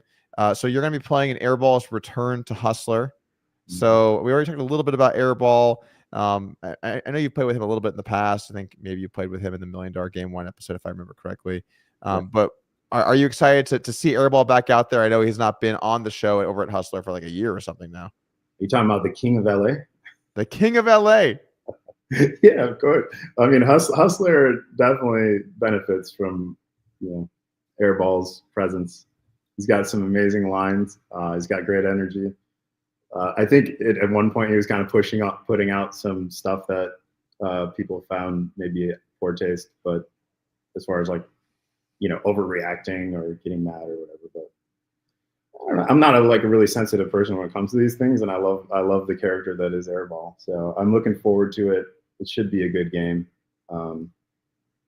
Should be a good game. And then we got the $1 million game coming up. Are you going to play it or no? I don't think I'm going to play this year. I don't think I'm going to play this year. It was the last year sucked. I just when I got there to my day, it was like 5-handed. The game's on the ropes. There's one wreck. He's really angry. I'm there. I'm just like, this sucks. Like I didn't. You can just not invite me. Like I can just not show up. It's fine. And so then it's like my day lasts for just like a few hours. Where during the game, everyone's like, "Can we leave? Can we leave?" And I'm just like, it's just really shitty. And then the year before was way better. It was that game was pretty good. That was a pretty legendary game actually with Tom Dwan and Heralbus came in late. Robbi, what's up? I loved it. Yeah, you're right. I guess this is something I'm passionate about, but I have no role in it, right? I guess some of these conversations have happened in the last couple of days about being more involved on my end, but I do want to see more innovation that gets, the $1 million game and all these events, more exciting, more anticipated, more dynamic. And so, unfortunately, $1 million game's in like a month and a half or something.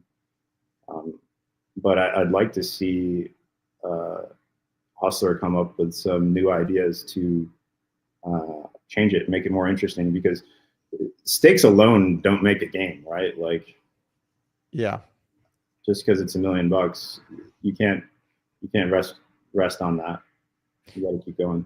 Yeah, I mean, I think, and I could be wrong. Maybe if someone can correct me, that it's possible I missed something along the way. But I'm pretty sure that the $1 million game I played on was the peak viewership of that game has had, and I think it was because there was so much going on. Like, not only do you have like a lot of well-known names, you also have lots of drama. Like obviously Tom Dwan and I haven't seen eye to eye on a lot of issues over the years, and then you also have the stakes. Maybe you're a villain. Have you thought about that? Am I a villain? Got issues with Tom Dwan. You're telling off Negreanu, heads up showdowns. Wow. Maybe you're the next villain. I don't know, man. I guess like if you call people out that steal money, does that make you a bad guy? I guess maybe that's possible. Well, every villain has redeeming qualities. Otherwise, they're just okay. Maybe I'm just a complicated character, Yeah, when I look at you, I think complicated. or in other words, you don't interest me.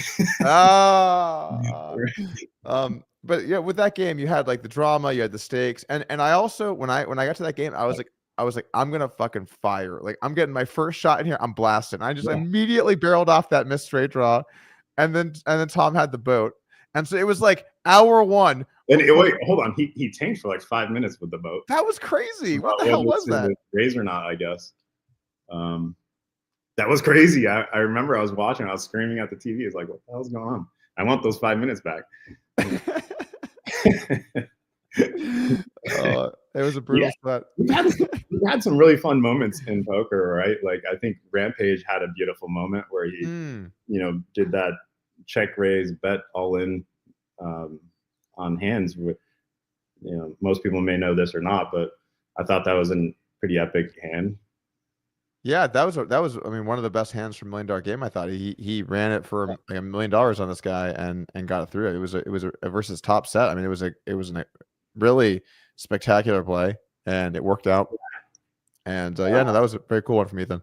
I guess he picked the right guy because some people might have called with 3 queens. You put in the call there.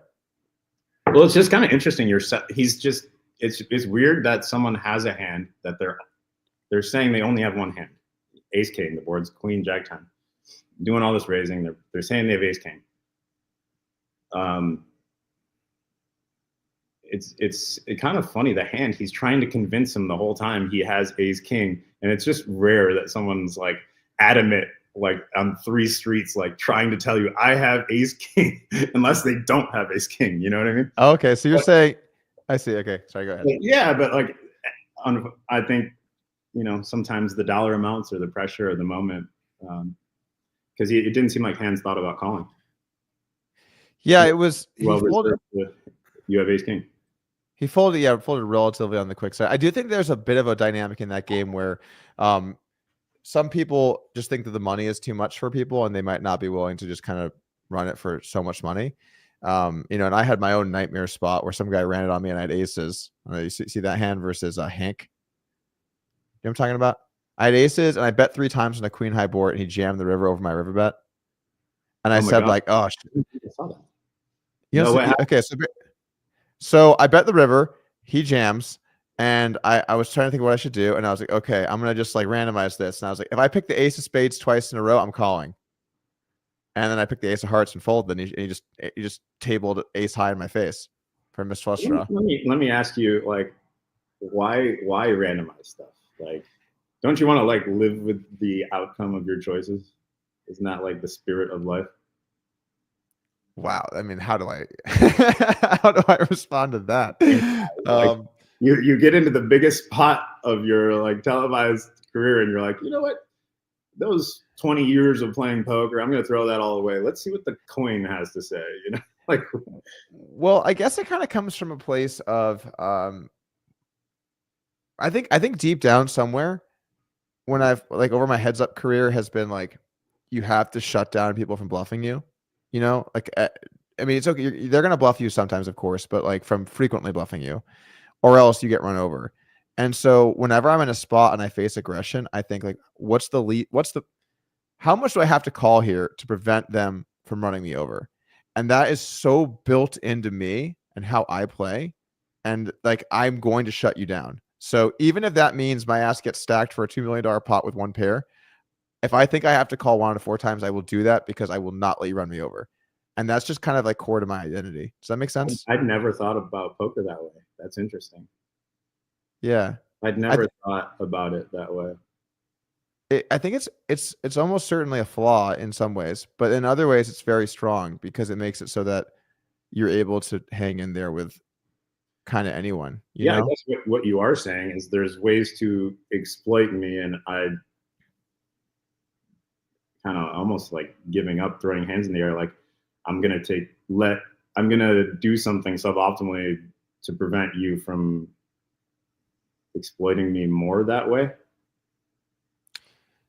The way I would word it is when you start to go by your instincts, then you're going to be exploitable. So if your instincts are good, then you'll be okay. And you can take your pair of sevens all the way to showdown. But if your instincts are bad, and I don't really trust my instincts in full ring, like heads up, I have instincts.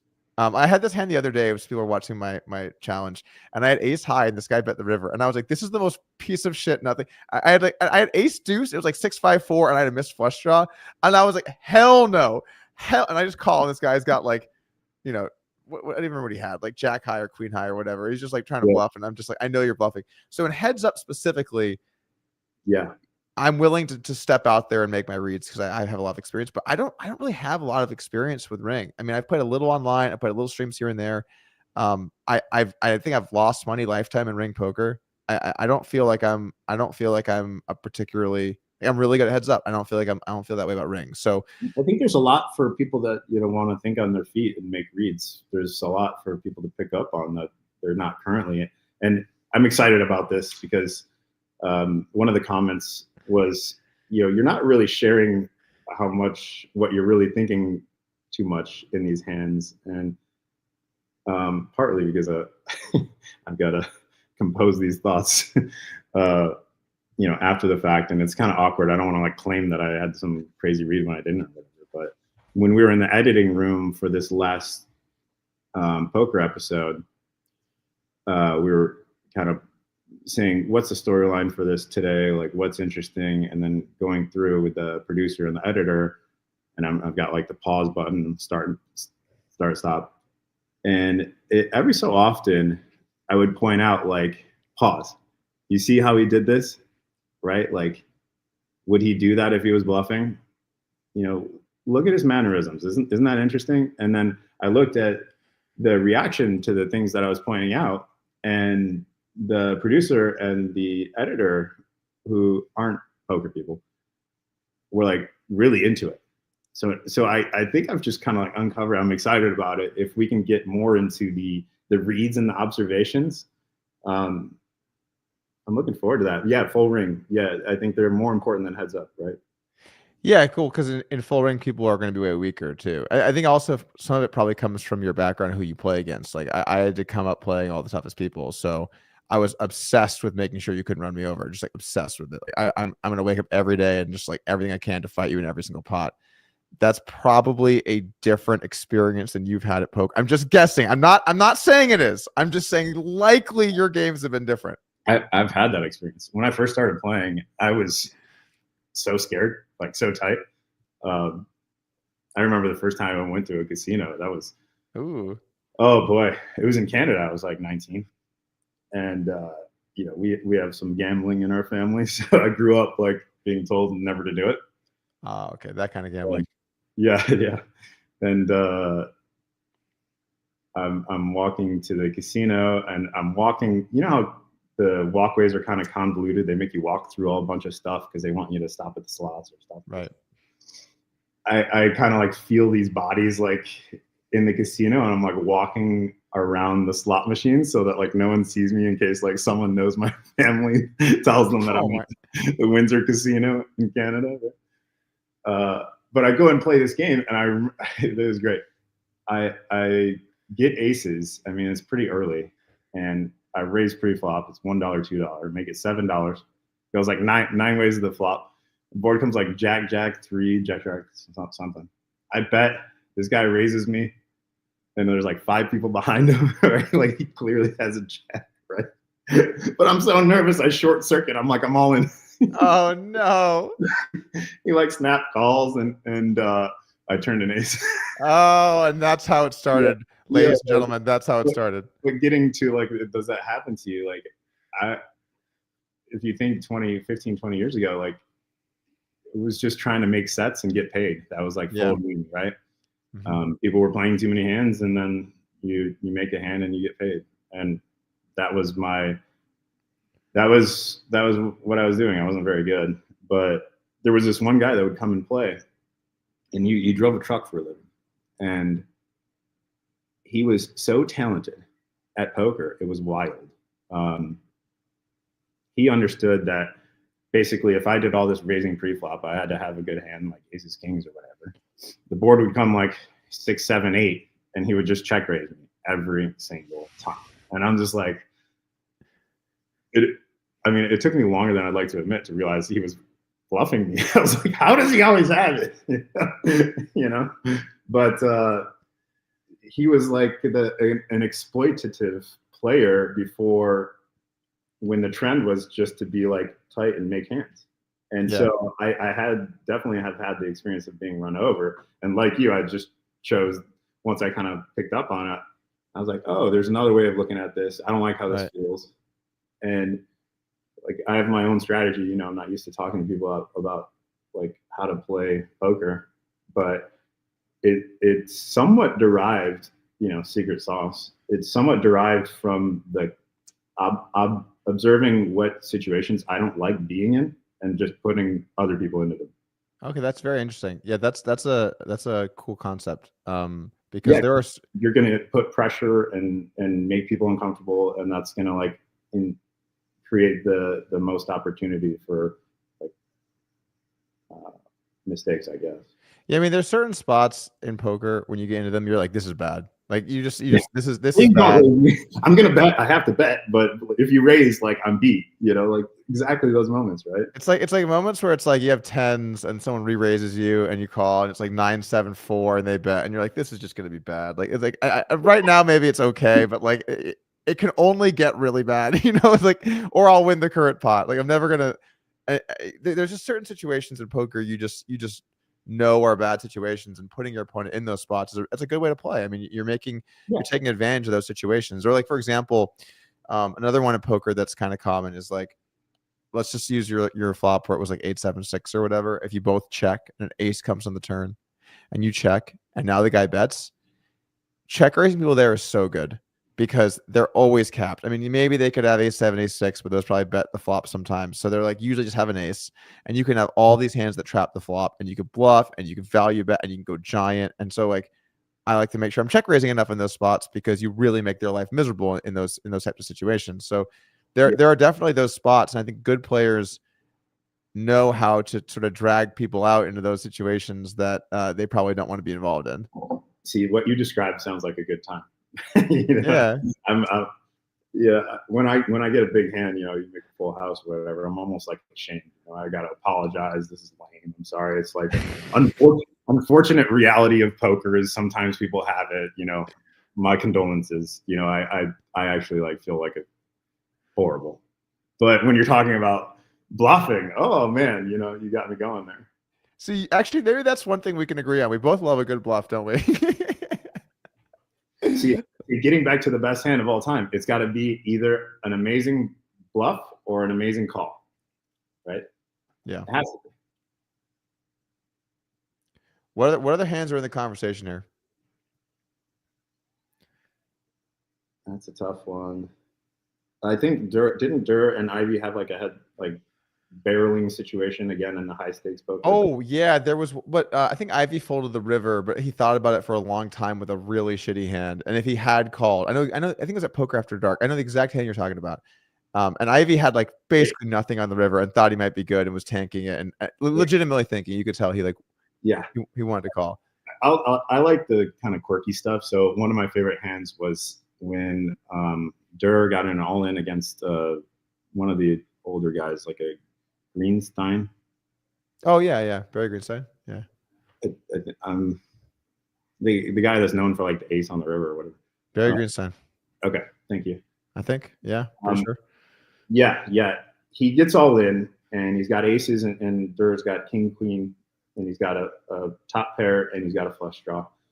And I think Durr asked him if he wants to run it twice. I may have this wrong, but I think he asked him if he wants to run it twice, and Greenstein says no, but we can take 10K out, or take 100K out, reduce the stakes.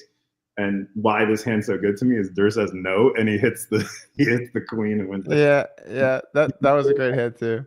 Ooh, there was a really good bluff from Tom Dwan on when he got Peter Eastgate to fold a deuce. Do you remember that? Where he raised queen 10 and 10 deuce deuce, and Barry Greenstein had aces, I think, and called, and then Eastgate also called with a deuce, and then Dwan barreled into both of them and got them both to fold the turn with just a 10 on that board. Wow. That was a pretty cool hand too. Yeah, it's always interesting when tournament players come to play cash. It sometimes happens where someone wins a big tournament and then they want to jump into the cash streets. And I remember JRB, he'd always be on the lookout. He's like, "Oh, who won a tournament? Let's get him in the cash game." And I'm like, JRB, no matter what, if you won a tournament, he's better than you. So you'd be a little more careful. I actually played with JRB online yesterday. We did this little online promotional game thing. That's funny. I'm sure he was taking it very seriously. Okay, now I've thought of a hand, and it's one that I like. I mean, I'm in it, and I remember it because I liked it. But I got it in really dumb against JRB. I had a flush draw, just a queen high flush draw, and he had a king queen, so it was like a king 10-9 board, and with a jack we chop, and he goes, how many times do you want to run it? And that whole conversation. And I say, as many times as you want. He goes, once or twice. And I say, as many times as you want. And he goes, oh, okay, 3 times. I'm like, hold on, JRB. That wasn't the conversation. We're not trying to take all the risk out of this. We're not trying to give you 2/3 of the pot, Yeah. It's funny to say once or twice, and then go to 3 on the response is a nice little upping of the Isn't reduction. It always fun when it's there's almost a manhood thing where it's I'll go once if you want me to, I'm not scared. I'll go once, I think frankly that dance goes on way too long. It's pretty funny. Yeah. And I feel like there should actually be more of a standard protocol with what happens, because both people don't want to seem like they want to go twice, right? So there's this awkward well, I'll do what you want. Well, I'll do what you want to do. I don't know, like once or twice is and then it's like, well, and then it's just like, cause you guys just fucking agree. Just once or twice, let's do this. I like the dance. It's very revealing, right? Oh, you like the dance? Yeah. Because a lot of times, when someone says, once or twice, I don't care. Like they care. And sometimes it's fun to find out how much they care. But I asked JRB and he says 3 times. I say, that's too many. He picks twice. We run the board out. The jack hits, so we both have the straight on this board, the king, queen, jack 10, 9 or whatever. And we go to the second board and I miss the spades again. So I don't know how you do this math. You give them half your stack or whatever. I always ask the dealer to put it in because I don't know how to do the math on how to chop it when it's that way. But I go, hold on, JRB, one moment here. I see an opportunity. I said, how about one more board, for 100K? And he kind of like laughs. He's like, yeah, it's a little late for that. You've already lost. He's counting his stack. And I go, no, you don't understand. I'm offering you another run out. You have me, beat here. You notice you got the queen. I only had the queen. Like we can trade hands and do it, but like you got me beat here. Let's do it for like another 100K, right? That's what I'm kind of saying. And he's like, sure, you got it, right? And the first card is a spade. I just like airball. You can hear him just like spit out this laughter, right? Oh, that's amazing. And just like kind of like trying to be respectful, but also like these are the moments I love, right? And so now he went from winning this hand, but minus the 100, he's now losing the hand. You got him. He takes the glass of wine and like he puts it to his lips with such veracity that like you see the wine like splash into his nose, right? And he just just completely downing it. And this wasn't the intention, but he goes on to like drink more and gamble away every chip he had in his stack, not only in his pocket, just like all the chips that he could get within like 30 minutes of phone calls, right? Like over the next like 3 hours. Oh my God, dude. You put him on life tilt. It was tremendous. Yeah. JRB seems like he might tilt from time to time. I could see it. Yeah. I did enjoy noticing that he's on that Venetian Poker Live. Yeah. I hope that works out good. Yeah, that'll be an interesting show. I know Joe Ingram's in there, involved in that. At some point I'm probably gonna come plan it. I think I told him just let me know when it works for you. I'll swing by. I actually have a story for you. I have a story I want to tell, and this is a good one for the viewers at home. And you are probably not even going to remember this, Alan, but this is a great story. Okay. I know what you're going to say. You do? I'm not going to interrupt. I'll tell you, like, honestly, if it is what I am guessing. Okay. I knew you were gonna bring this up, by the way. What's up? I knew you were going to bring this up. I don't think you know what I'm going to tell you. I'd be shocked, but maybe you do. It's a good story. Okay. So this is like 7-ish years ago. Okay. Maybe 5, maybe 8, 9. I don't know, somewhere in that vicinity. And there is a dealer at Aria. Is this the story you think I was going to tell? No. You see, I didn't think so. Now I want to know what that story is. Anyway, so the dealer at Aria, and he deals in the high stakes game room a lot. You might actually still remember him. His name's Joe Strazzera. He's actually our GM at our Round Rock location. Mm-hmm. Yeah. Anyway, so he's about to get married, and somehow it comes up, and like you're playing like high stakes game or whatever, and like you're pretty drunk at this point, and you come up to him and you go, "Hey man, like congrats, man. Like I just want you to know, like I'm looking for, like I'm excited for your future, and this is for me." And you take a flag, a $5,000 chip, and you put in his front pocket and pat it. And say, like, this is for me, man. This is your wedding gift. So he leaves and he's like, this is the kindest thing someone has ever done to me in my entire life. And then he sees you when he goes on vacation and comes back and he sees you. And he goes, Alan, I just want you to know that was like the nicest thing anyone's ever done for me. And you looked at him and you said, what did I do? And you did not even remember doing it. You did not even remember. You had no recollection. To you, this was just another day. Like nothing had happened. And so Joe, he told me this story. He's like, I was shocked. I was like, this is the kindest thing anyone's ever done for me in my life, and he doesn't even remember that he did it. That doesn't take away from it, okay? That was a very kind thing you did. That was very nice of you. it's been cool, like impacting people in positive ways. I I definitely have a connection with everyone that works in poker rooms. You know, the floor people and the dealers. I'm very, very connected in that sense where, you know, I appreciate that they're there working for us and the effort they put in. It's like, it's obvious to me. You know, you can come in with a negative attitude or be slow or whatever. Like they're excited to be there, and I'm excited to see them. And, you know, like people working for a living and doing stuff in the poker room. I'm really, really supportive of, and it goes back to when I first moved to Vegas. I didn't have a place to stay or a car, right? Like I had like a backpack with a, you know, a pocket full of cash.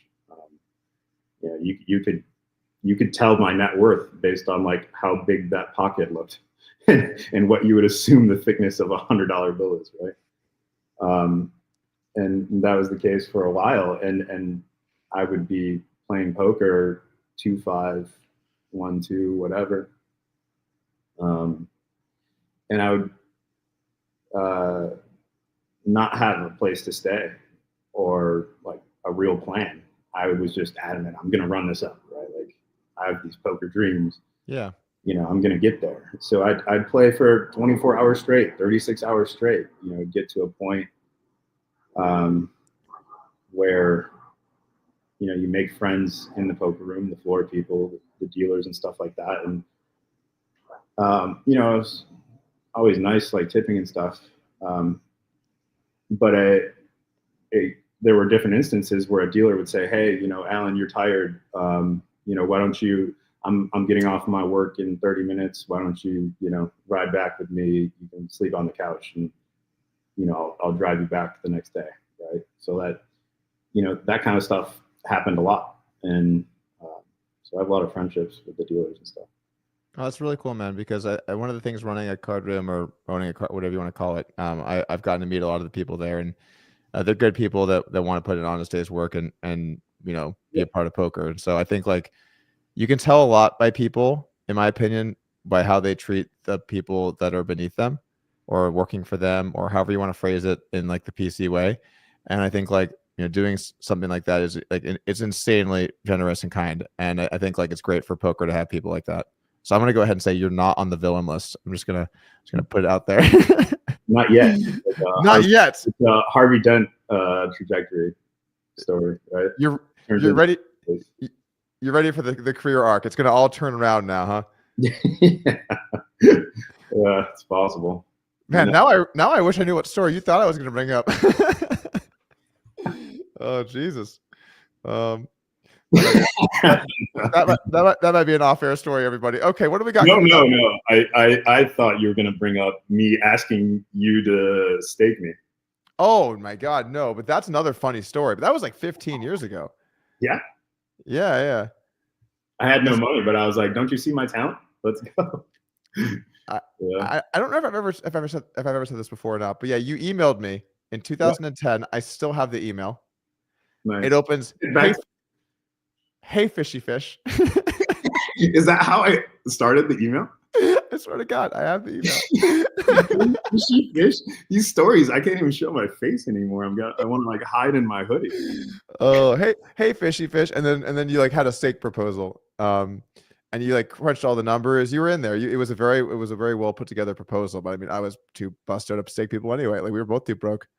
Well, yeah, I've definitely had my broke moments, for sure. You've had your broke moments, like when you were way younger, though, right? Not like in recent times. Not in a while, but yeah, I mean, I don't know, maybe 25 last time, but probably, you know, half a dozen times in there.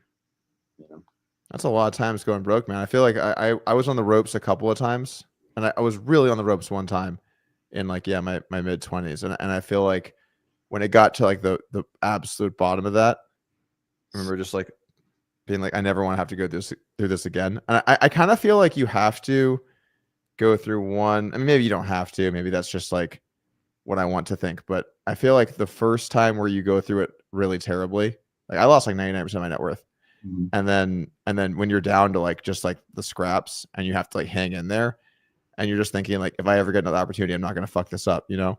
And I feel like going through that gives you the mindset that you need to not do that the next time around. Well, it's an opportunity to, develop that attitude, but it's not an opportunity everyone takes. And,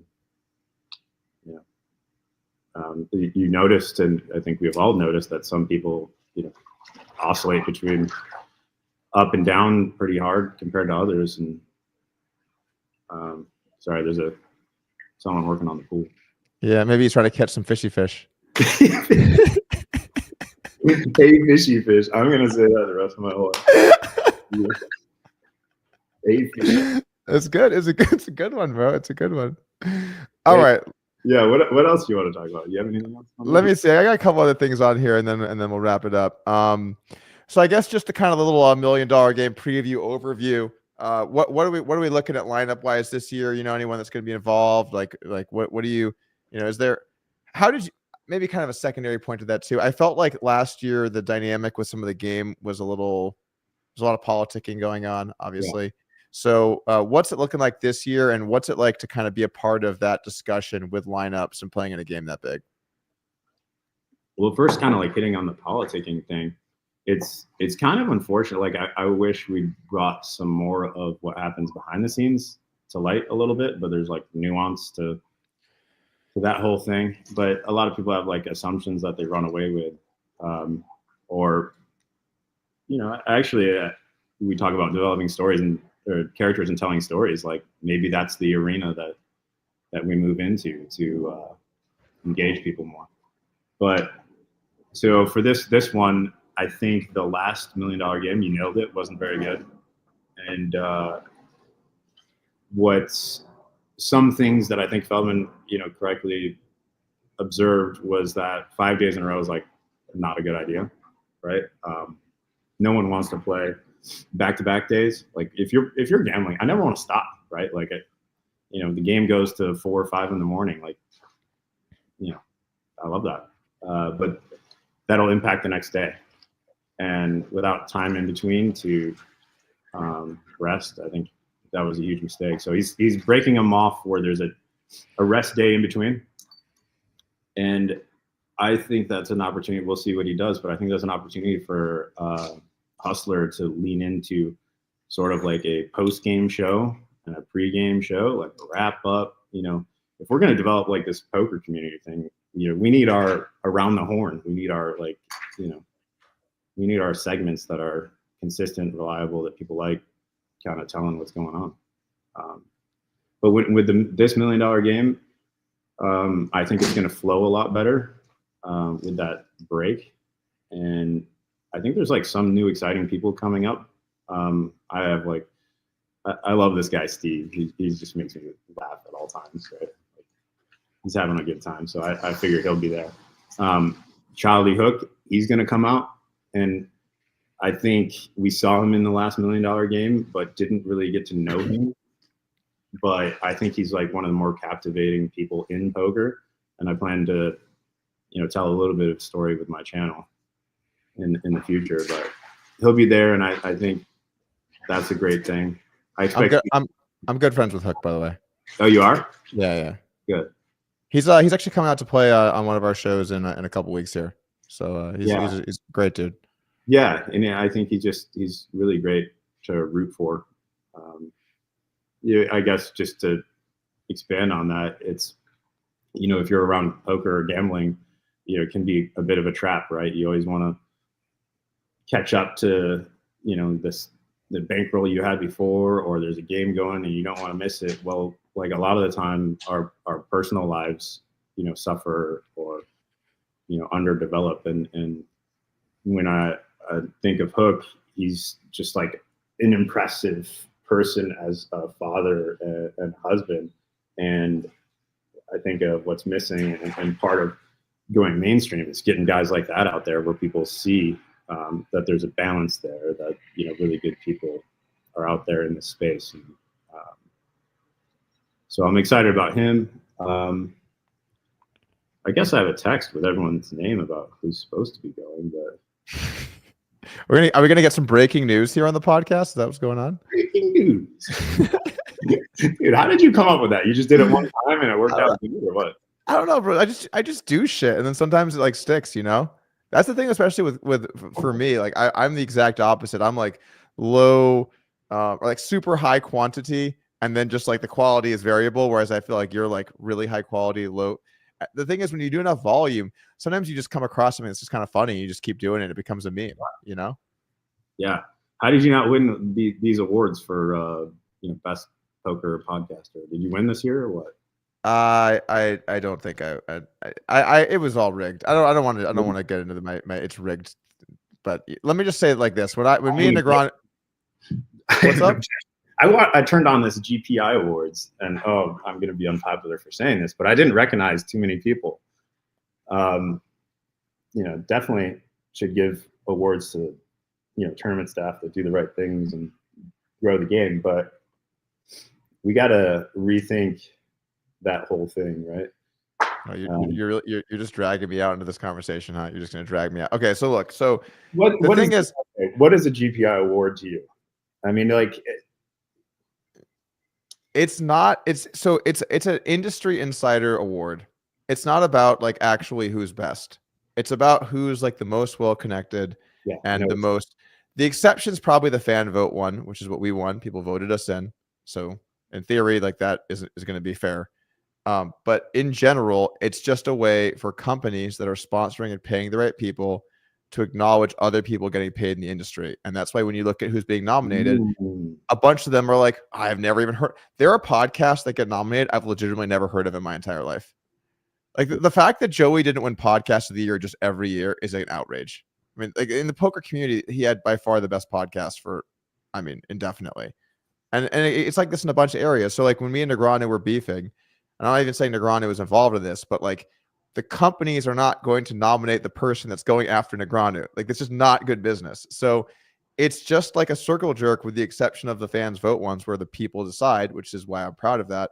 But just like generally speaking, it's a really stupid fucking show. And I basically had to spend like several years at the top of the YouTube game and never winning anything because of like whatever bullshit politics. And now we're all supposed to sing Kumbaya. And I just don't want to be a part of that. So yeah, man, like there should be something better. It's not. I imagine a lot of awards should reflect the poker viewing, like poker world more broadly, not just who's paying for or playing politics, right? 100%. It'd be like, remember what MTV like Video Music Awards when we were younger? Like, yeah, that was a big deal. You were like rooting for people you had. Like when you were young, you watched that and you didn't watch like the Oscars. No one cared. Like, in the same sense, like, or Grammys or whatever. Maybe there's a way to rework this thing and get a little more energy behind those awards.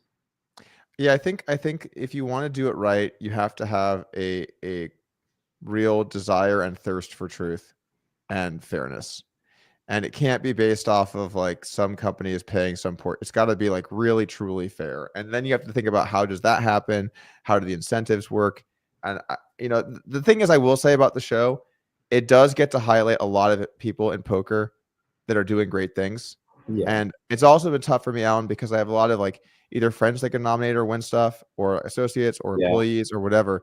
And so then I feel bad saying something bad because even though I was wronged for all those years by this organization and they do this to lots of other people, I don't want to diminish the hard work of the people around me because like I have a lot of respect for what they do.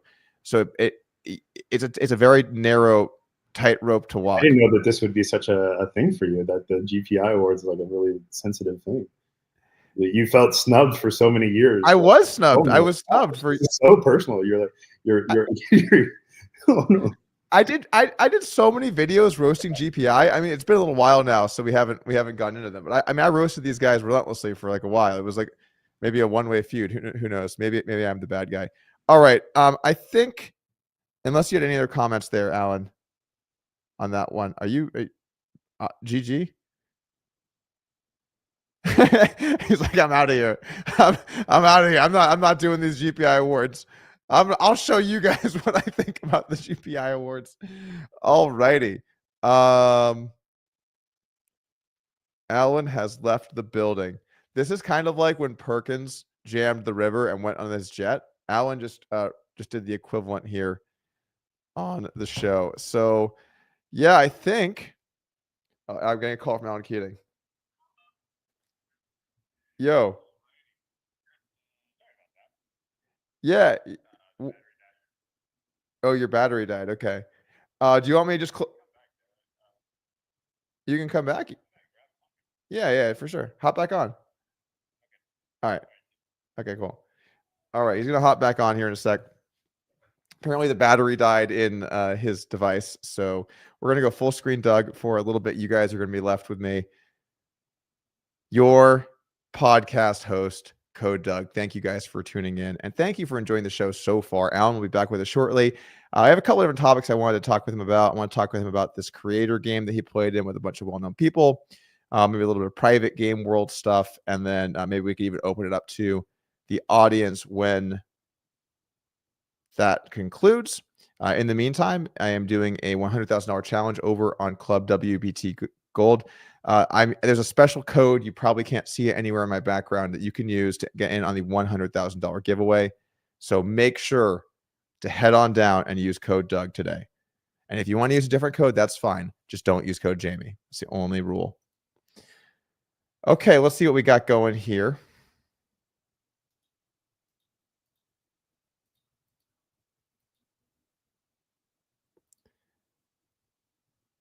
Okay. Is he going to get back in here? Is he calling again? Hold on.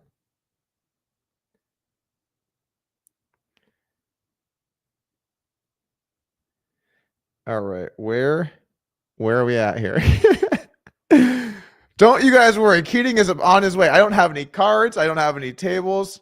I have nothing I can do in the meantime, but I do appreciate. I'll do a couple quick shouts in the chat here. Roy Payton is the pool guy. I think not. King Keating. Did you guys like my Keating story?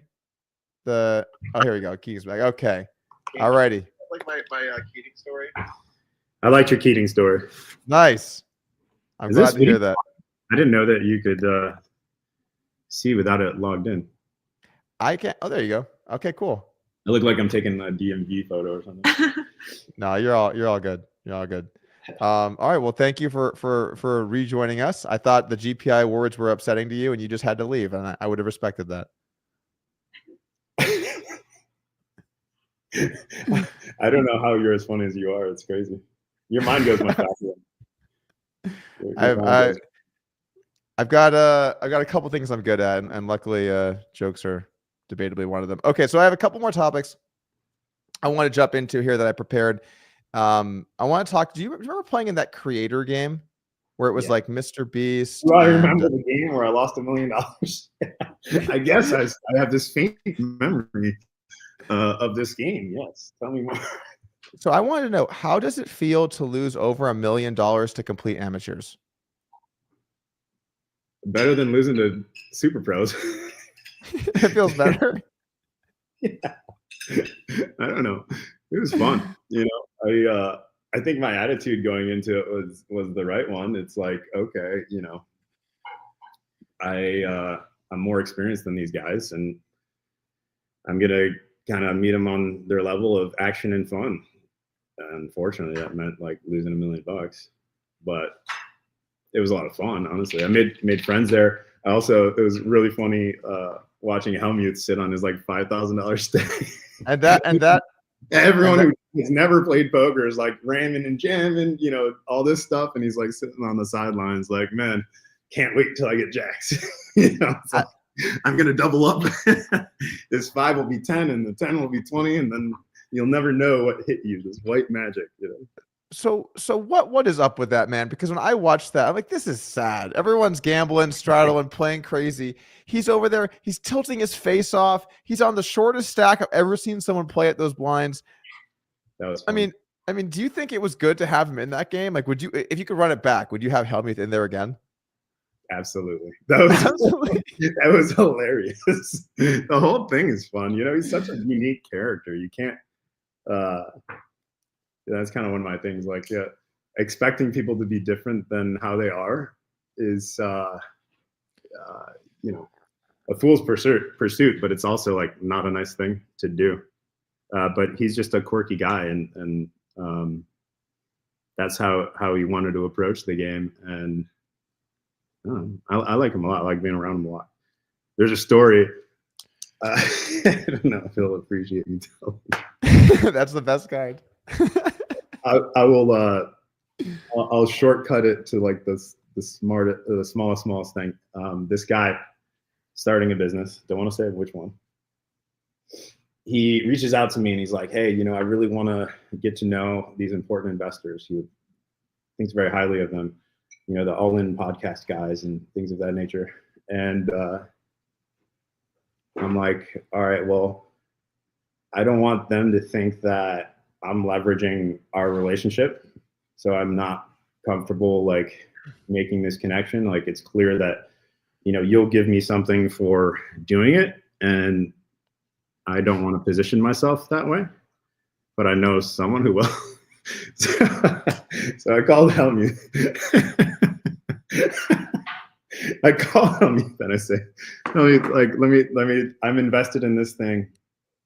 I'm a believer, like this young guy, like make this introductions, and I negotiated a deal for him where he has to put in $15,000 to get 4% of this business. That was, he's buying at like a 99% discount, and he's got like all these advisor shares. It's just like, I did him good, and the counterparty was happy with it too. So he's like, okay, great. You put him in that spot. He's amazing at this, connecting. And so he shows it to all these guys, maybe a half a dozen guys, all the who's sort of thing. And all of them pass and say they're not interested. And so Hellmuth calls me and he goes, hey, they all passed.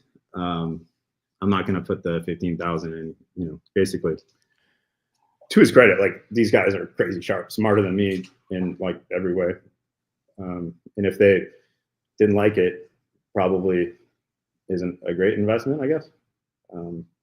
He passes, and I called him. I got an offer in November of last year from this like secondary broker for my shares in this business. And they valued the business at $2 billion. And so, man,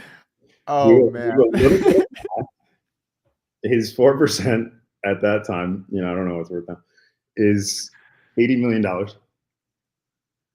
because he didn't send in the 15,000. Wow, that is tough. That is a tough beat. That is a serious beat. If you're in my shoes and you get that call and you're like, oh, that's what it's worth, do you call Hellmuth and remind him of this gaffe, this $80 million mistake, or do you just like let it pass? And no, I wouldn't call him. I would wait for a nice dinner. Just to ruin it. Phil, are you enjoying your steak? The wine's on me. Surely we would own the restaurant, but under these conditions, I have the wine tonight. You're actually gonna have two kinds of wine that night. $80 million.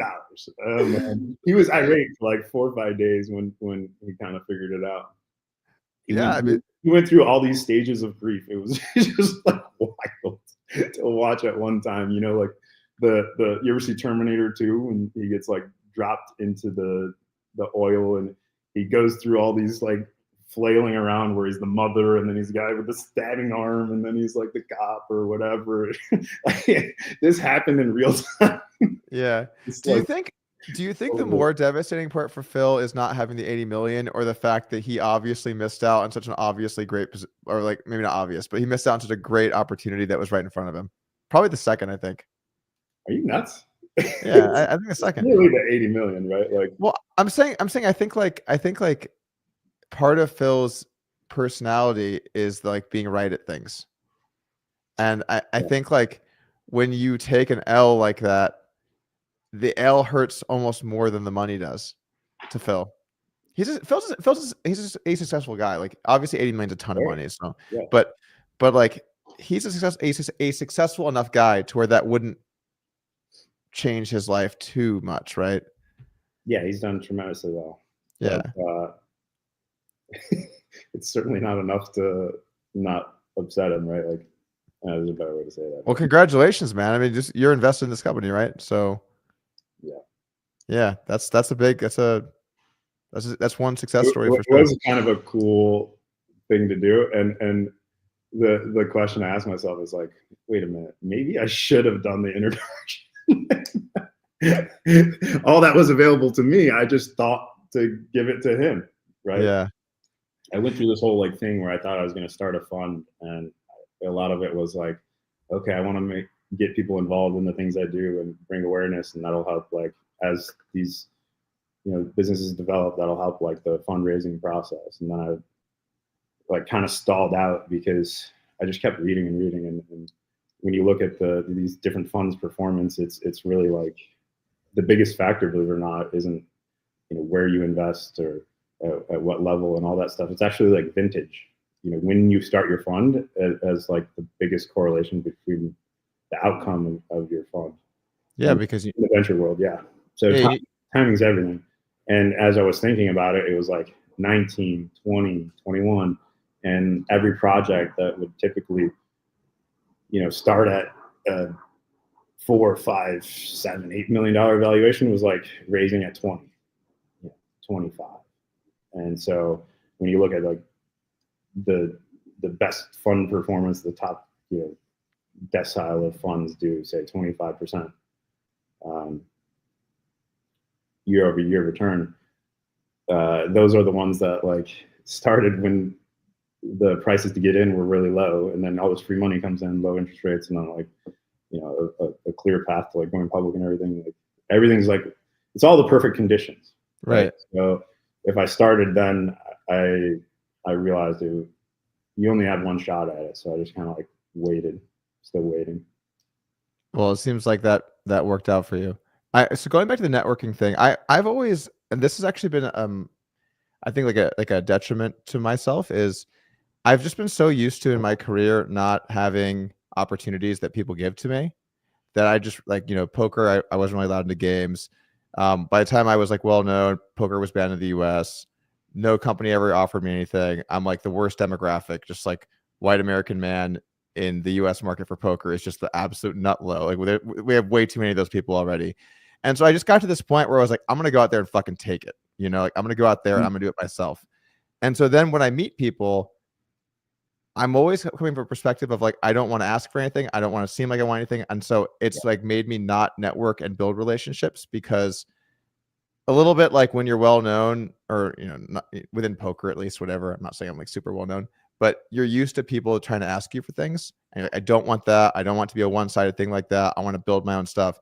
And I feel like that's also a weakness, because as long as you're fair with people and you're, it's a two-way street, then it's fine to meet people and discuss ideas or whatever it might be, or raise money or whatever it might be. But like, I have tried to not be involved in that because I don't want people to think of me in a certain way. Does that make sense? Like, it's like, yeah. And it's a weakness, but it's like a dynamic thing, right? It's interpersonal, it's sensitive, it's uncertain. It's an incredibly difficult thing to walk. Asking for help, asking for support, asking for investment, asking for anything. It's like, I'm with you. It's tough. It's not easy to know what to do. Yeah. Yeah. And then even when people like offer things, it's like, I'm like, no, please. Like, for example, when I first moved to Austin, Bill Perkins was like, "Oh, you're coming. You can just stay at my place." And I was like, "Oh no, I'll stay at a hotel." He's like, "Dude, I have a spare house. You're good." And I'm like, "No, I'm okay." And he's like, I have a spare house. Come stay." And I'm like, "Okay, Bill." And it was obviously awesome, and it was very kind of Bill to do that. But like, I just don't like being someone to even not take advantage of. That's the wrong word, but you know what I'm saying? Like to utilize other people's things or opportunities for myself. I just don't like that. Is part of it you don't want to feel like you owe someone? Is that part of it too? Maybe a little bit. I could see some of that. Yeah. I don't want to feel like it's like a like a parasitic relationship, You want symbiotic is what you want. You want symbiotic relationships. And I feel like whenever it's like one person provides a thing, then it becomes parasitic. And I don't like the association with that. I get it. So that wraps up Doug's therapy corner. No, I'm just kidding. I'll hit you with any new philosophy you want. You want one? I'll hit you with one right now. Hit me. What do we got? As a concept, especially young people, we should be friends and regularly interact with people younger than us, older, our age, and older than us. Basically, like every generation, you have to like meaningfully interact with. And the reason is like, obviously, like you learn lessons as you go, right? So like, you're gonna learn the most from people that have been there. I get a lot of my temperament from Bob Bright. Oh, dude, I used to play 5'10" with Bob Bright in Hollis's game around Las Vegas. Yes. I love Bob Bright. And about this time, it would have been maybe 15 years ago. He had been, a big wig on the exchange. He's done all these incredible things in finance. I just asked him if he wanted to go to lunch. And, I'd ask him questions about everything he did, like, stories, everything. Like, he was just really soak it all in. And we ended up going for lunch once a month for like 10 plus years.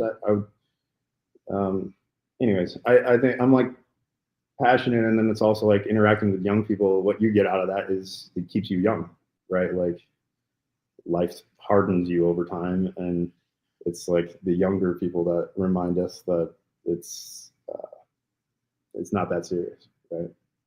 Yeah, and it gives you like a I think the biggest thing for young people is like young people still have dreams, whereas I feel like older people get so jaded, and like the world is the world. Whereas young people are like, dude, we could do this. It's going to be so cool. And I'm like, yes, that would be very cool. There you go, little fella. Yeah. Like or whatever.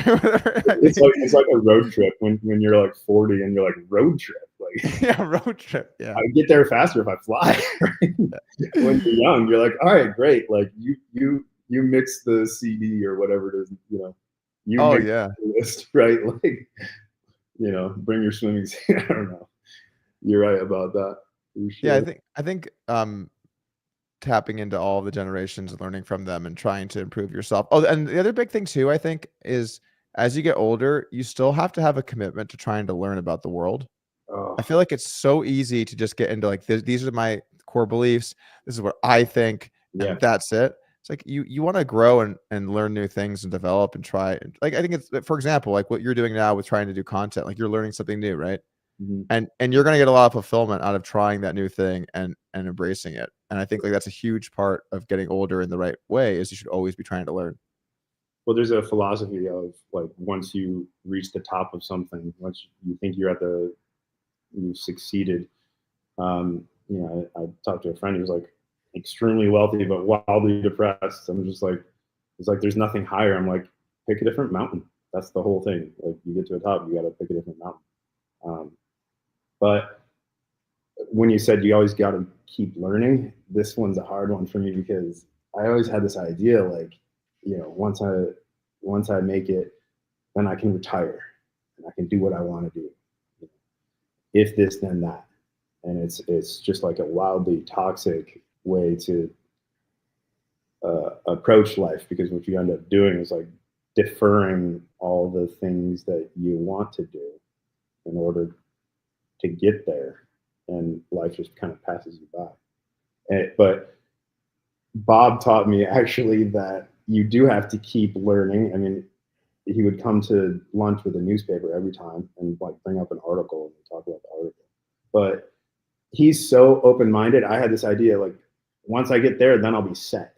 Well, if you have this idea, you'll be set. You'll stop learning, and problems arise. I've always found the idea of retiring really off-putting because I love the things that I do. I'm passionate about the things that I do. Actually, so one of my main attorneys, probably my main attorney, he is 80. One of my main attorneys. You know how it goes, I guess, probably. Yeah. But anyway, so like he's 87 years old. And he still runs like a lot of my stuff in different areas. I mean, this guy is the most legit. He went Harvard, Yale, the whole shebang. He's had an epic career, just all this cool stuff. And he was my neighbor when I lived in Las Vegas, and he's an older guy, has one leg. And so there's this guy like hobbling around in a Warriors hoodie, and I like the Warriors. So I was like, "Hey, what's going on, man? You like the Warriors?" And we start chatting. So we're hanging out. We'd like watch sports together. And this guy is legitimately 50 years older than me, like a straight 50, like a half century older than me. And he became my best friend in my neighborhood, and we'd hang out all the time. And so when I left to move to Austin, we kept up with stuff. We still like occasionally, like he'll come out here, I'll go out there, whatever. And then like, but he does like a lot of my legal work. And this guy is so sharp, and he's 87. You're like, this guy is sharper than me right now. That's like, this guy must have been a killer when he was like 30 or 40, just how good he is at what he does. But my big takeaway is I always thought when you get older, you just sit in a chair and die. Like you just don't do anything. You're like, you turn the TV on, it's over. But what I've actually learned is that's just old people that don't give a shit.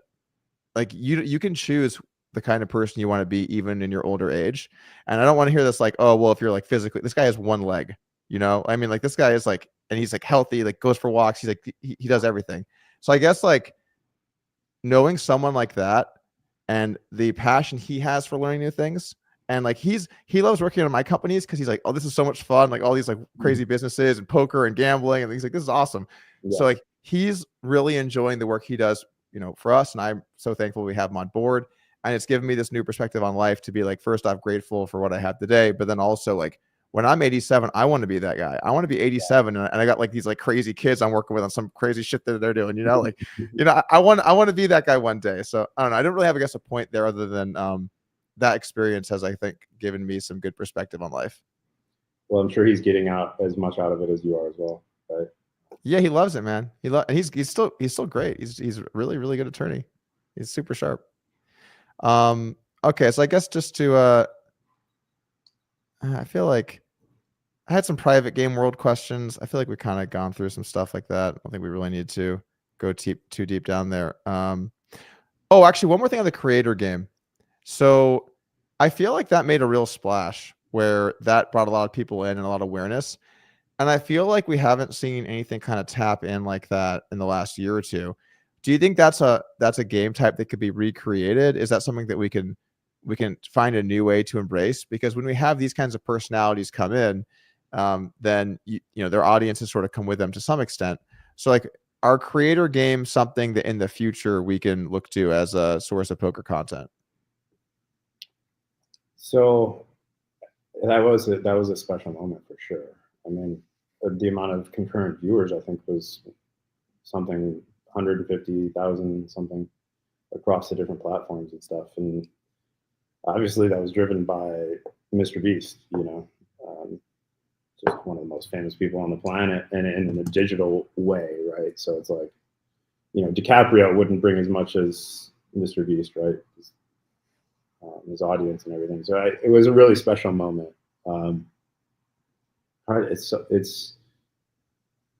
It's hard to imagine that like moment being recreated, even though I think it's possible, but like that's a moment that's like locked in my mind for like then. But then you look at the Neymar game and you're talking top 5 most followed person on the planet, right? Like, and he's relatively private, and we get to sit with him for 7-8 hours and play cards. That was really special, but it also didn't have the 100,000 viewers. Right. And so I think the weak point is like us, the poker community, not being more innovative, reaching out and making these situations like more attractive, or facilitating them in a way that it's like, you take away like every responsibility, right? I've got everything settled. It's going to be all this thing's going to be worked out perfectly. All you have to do is come and show up. Like that should be the mentality. But how did it go down? So it seems to me, and again, I don't know MrBeast at all, but it seems like he dipped into the poker world, had that stream, played a couple of private games, I think at Aria or something, and then was out. did something rub him the wrong way, or is he just over it, or did he not like what? Is there like a reason why we're not seeing him back in there? Because obviously having someone like that has the platform that he has is, beyond critical. I mean, that's like what really made that work, right? So what happened with MrBeast? Why don't we see him in poker anymore? He still plays. That man is like really busy. He's let's see what I can say. He's not really inspiring, but I think there's nothing stopping him from coming back and playing in something meaningful for sure. He's available. He plays. We just gotta set it up to a situation that he'd enjoy. Neymar, we've talked for years about different things we can do together. That's one of the things we're talking about when I go down there in a couple weeks. He wants to do a show down in Brazil, poker show. That'd be sick. Yeah, that would be really cool. I'm really proud of him. He's a lot of these guys, people want to be around famous people or right. pretty or wealthy or whatever. But I think they miss. That was a gunshot. What? Yeah. For sure. Where do you live? Why are there gunshots? Are you in Vegas right now, right? Yeah. Yeah. Whatever. So yeah, like people are missing, like people treat like famous, rich, or pretty people differently. But it's really like a huge mistake because you don't get a chance to really get to know someone. And sometimes you'll meet someone that reveals their character in a really positive way that you wouldn't notice otherwise. But Neymar's like a really kind guy with his friends, like gets him involved in everything. He's kind of like the main character in Entourage, except his entourage is like 25 people instead of 4. So I mean, everywhere he goes, like even when we were in Vegas like 3-4 years ago, and the World Series of Poker was asking him to put together like a 1 or 2 table tournament, or pay him to show up or whatever. Right. His idea was, okay, well, I want to include all my friends, and the prize pool, goes to that, right? So he just kind of does like all the right thing. People don't get a chance to see it. So that's I'm cool, looking man. forward to telling that story. And guys like Ryan Garcia, you could see, some outlandish headlines and some, unpredictable behavior, but like beneath it all, like that guy's heart is like enormous. Like he's really impressive. So we're going to be telling those stories. I saw him at the World Series of Poker once, and I was like, "Oh, it's Ryan Garcia." He looked at me and he gave me like a nod. And I was like, "Oh, I think he knows who I am." He knows who you are. He's watched as much poker as you and I. Oh, that's cool. He loves it is cool when you see someone that's well known, they know who you are from like what you do, Mm-hmm. Yeah. I'm sure you get that all the time. Hasn't happened to me. I'm not on Doug Polk level. That's for sure. Yeah, you've been out there. You got your amazing podcast. How many views have you had over your lifetime? There's a weird thing in the YouTube creator where it says number of hours watched. Yours has to be like, yeah, we've had a lot of hours watched. I think I've done like 150 or 160 million views over the lifetime of the channel, but it's been a good amount of time now. So let me look here. Lifetime, we've got, it's going to be a big number, I think, 24 million hours. Okay, so that's 1 million days of like someone's life. People live like how many? Yeah. 80 times 365. Like, what is that? 24,000? I don't know.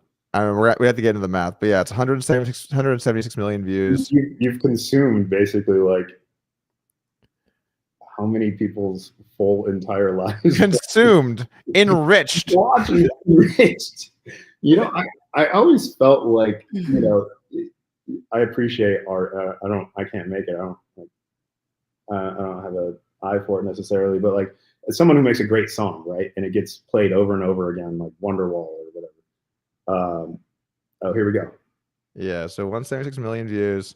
24 million hours. Dude, look how little money this is. That's crazy, right? How little money. Wow, you have no respect for money. 500,000. Dude, it's 8 years of work and it's 24 million hours to only. I mean, I paid my team more than this, obviously. No. This is a minus EV channel. I think they all are now. You know, I've been doing like a little research. I watched this guy, Whistling Diesel, and he had like, you know, he's the guy that blew up the Tesla and got shared by like Elon Musk. All this stuff. And it's like, this dude's like clearly spent, you know, tens of millions buying this wild house in the middle of nowhere, blowing shit up and all this stuff. Like, is it, my question to you is like, to be a good creator now, do you have to like run purely at a loss? Like, you have to be this extravagant, this aggressive, maybe even come from money or something to start? Well, the MrBeast path is probably roughly optimal, where as you get more money, you spend it, right? And you just use the money as a tool to amplify your reach. So from that perspective, I think like that's probably optimal for growth. You could argue that for profitability, that maybe there's a different path, but the reality is the moment that Beast decides his goal is to make money, he's going to flip a switch and it's going to be like the money printer goes brr, you know, because the amount of reach like the companies would give. He's decided, that's for sure. What's up? Prizes is worth quite a bit of money. Yeah, for sure. It's earmarked. Like the numbers out there. What's the number? Like 3.4 billion. It's pretty good business. So I would say like it's different nowadays than it was like even 10 years ago. And you also have to decide, like, are you willing to wait that long to make money, right? Because so like for me, the way that I did it was I was like, I know YouTube's going to lose money. I know I'm going to lose money there, but you know, Upswing will make money. And then ultimately, like, you know, other businesses I do will make money. And so, you know, like Upswing's done like 50 to 100, 50 to 100. Sorry? It's a marketing tool that you spend effort on. And of course, that's the brilliance. I was talking to someone recently that we both know, and he was talking about how smart you are. Because you're, and this is what he and I both agreed. Not that you're smart, but that it's a joke at you don't interest me. Do you but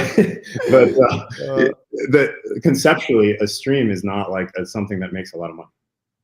Yeah, and we can agree on that. And it shouldn't be a standalone business as much as something to, you know, create attention and direct to some other business that does make money in a meaningful way. And you've done that better than anyone. So, like, I think that's one thing you understood from the beginning. And also, one of the things I struggled with thinking about the landscape was when you work back, who's going to pay the most, or like, how do you optimize for the attention you create? I think that the most obvious decision is you have like an online casino, and you own it, and you basically use the poker show to drive to that online casino. But I don't know. I've done a lot of thinking about the businesses I want to be a part of and the ones I don't. And, you know, like sitting in a super amazing house, you know, built by, the wrong means isn't something I'm interested in. Yeah. So I mean, there's a few different ways to look at this, and obviously recently I've been promoting another company that's not my company, which has been pretty rare for me over the years. But like the existence of sweepstakes poker, I think it's great to have. Yeah. So first off, just taking a step back, it is absolutely ridiculous that Americans lost online poker. Like, ridiculous. I mean, the fact that the government stepped in and was like, no more of this, guys. It's like, what the fuck? This is America. Like, we popularized poker. We have most of the best poker players, or at least we used to. We're like we consume the most poker content. We love poker. I mean, it's called Texas fucking Hold'em. Like, I can't even believe that it got banned here. So just putting that to the side. Yeah. Then, as a professional player, I had to leave the country and go work in another country so that I could make money, so that I could send my taxes back to America. Unbelievable. So the fact that we lost online poker to begin with was horrific. And when I first saw Global Poker, because they were the sweepstakes site that kind of first made it big, right? I didn't really understand what was going on. I just assumed it was like ACR or something where they were just breaking the law.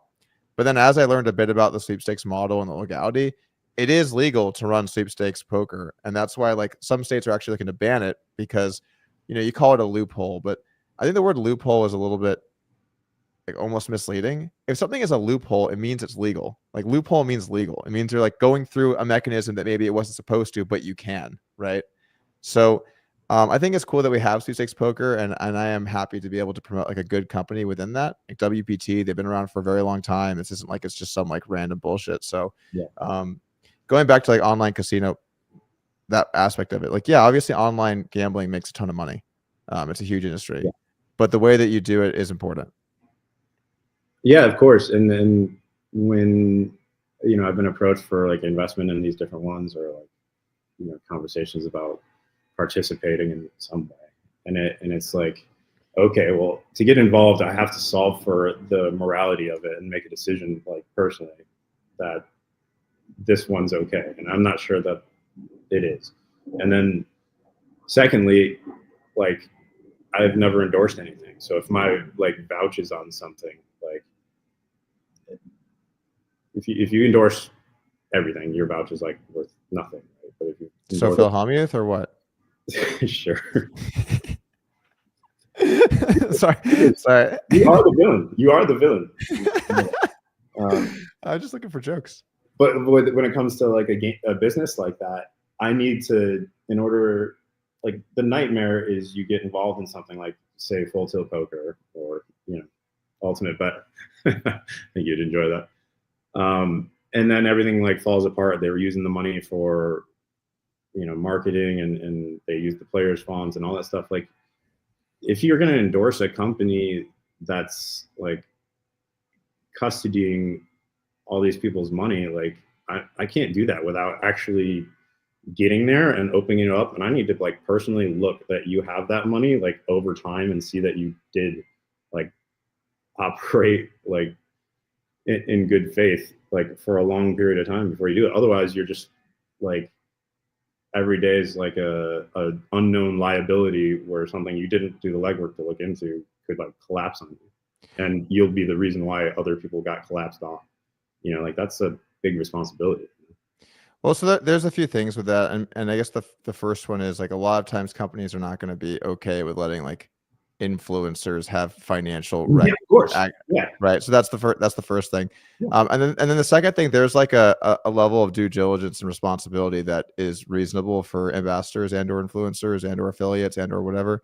You know, like for example, like I don't see people just like furious with Steph Curry because he was an FTX guy. I don't see that anywhere, right? Because is it reasonable to expect Steph Curry was going through FTX's backend? That's pretty fucking unreasonable. So like I think there is a level of due diligence that's important, and I'm not trying to like obviously like, you know, as someone that's promoting things just in general, I'm not trying to like overly protect influencers and promoters, but there's like a level of which if you have done your own due diligence to some extent, then I feel like you're protected, and it's unreasonable to expect everyone to be able to always prove financial solvency of every entity. Does that make sense? I mean, it's like it's insanely high bar. Yeah, it's insanely high bar, but that's my bar. Like, and I'm not gonna get off of it, right? Like, yeah. You're involved in Polymarket somehow, right? I invested in it actually before it was Polymarket. Yeah. Okay, gotcha. Yeah, but with Polymarket, it's all public, but it's all public markets, so you can see the liquidity. It's all index contracts, right? You know, when I invested, it wasn't. There was no betting. You know, it was a different concept, and it was actually a pivot. And I haven't had like really any hands-on in any meaningful way. I just met a really young, energetic guy that I thought couldn't be stopped, and I just called a few friends and I said, a couple friends, and I said, I'm in New York visiting you. You know, I'm going to give this guy some money. You know, why don't you do it with me? And so 3 of us like invested in it, and then he struggled, and I gave him some more money personally. But that's like a pretty big public game changer. The concept of like betting on events in real life, right? Prediction marketplace. It's kind of interesting if you zoom out. Like your sports and stocks are like the only things you can bet on, and stocks are during the day and sports are at night, right? Like, but like the appetite for betting is much higher than what those two are satisfying. So when you zoom out, I think prediction marketplaces have an insane level of growth out of them. Yeah, I think humans love to speculate. Like we love to have thoughts and we love to have predictions and we love to think that we know better than the average person or the other person or people in general. And so I feel like those markets are an excellent place where fantasy meets reality. And it's just what you money talks for sure. Yeah, it's basically, and this is something that tilts me. I was talking about this the other day. I get really tilted when I talk with like a non-gambling person and they say something that's clearly wrong and it's easily provable. And I'm like, oh, I'll bet you on that. Like we can bet like $10. Like, oh, I don't bet.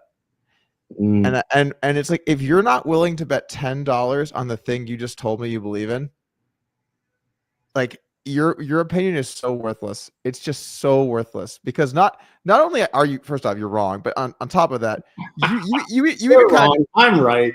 Change your behavior. Pay me $10. You're very demanding of other people, you know? I mean, do you agree to some extent? Like if someone in the gambling world says X thing and someone says, well, I'll bet you. And then they go, oh no, I don't bet, or I won't bet on that. Then there's like a power there. There's like a power dynamic. It's like the person that said that is probably full of shit. Isn't it weird? Like the gambling dynamics, like when you say booked, oh, then it's booked. You can't go back, right? Like in watch dealing, I met this guy, Moses, recently. He's like, he goes to the street and, you know, buys people's Rolexes off the wrist. But like the way they indicate that a deal's been made is they say mazal.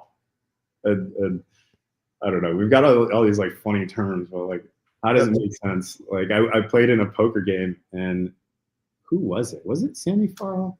This was like 15 years ago. It's at the Bellagio. I think it was Farha. Farha not well liked in poker rooms, by the way. Yeah, well, he got punched in the face in Houston, I think, somewhat recently. I don't know if you heard about this. That story. Yeah.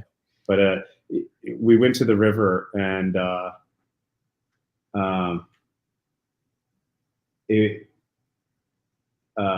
I made this bet, like an all-in bet, a big bet, and you know, of course, you knew me at the time, like mine. Like that was probably all the money to my name that was on the table.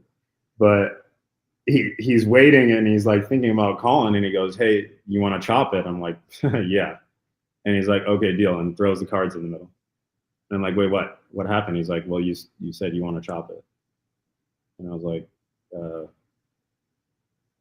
is that a thing? And then like some other person was like, oh no, that's like mazal, like it's a deal. And I'm like, yeah.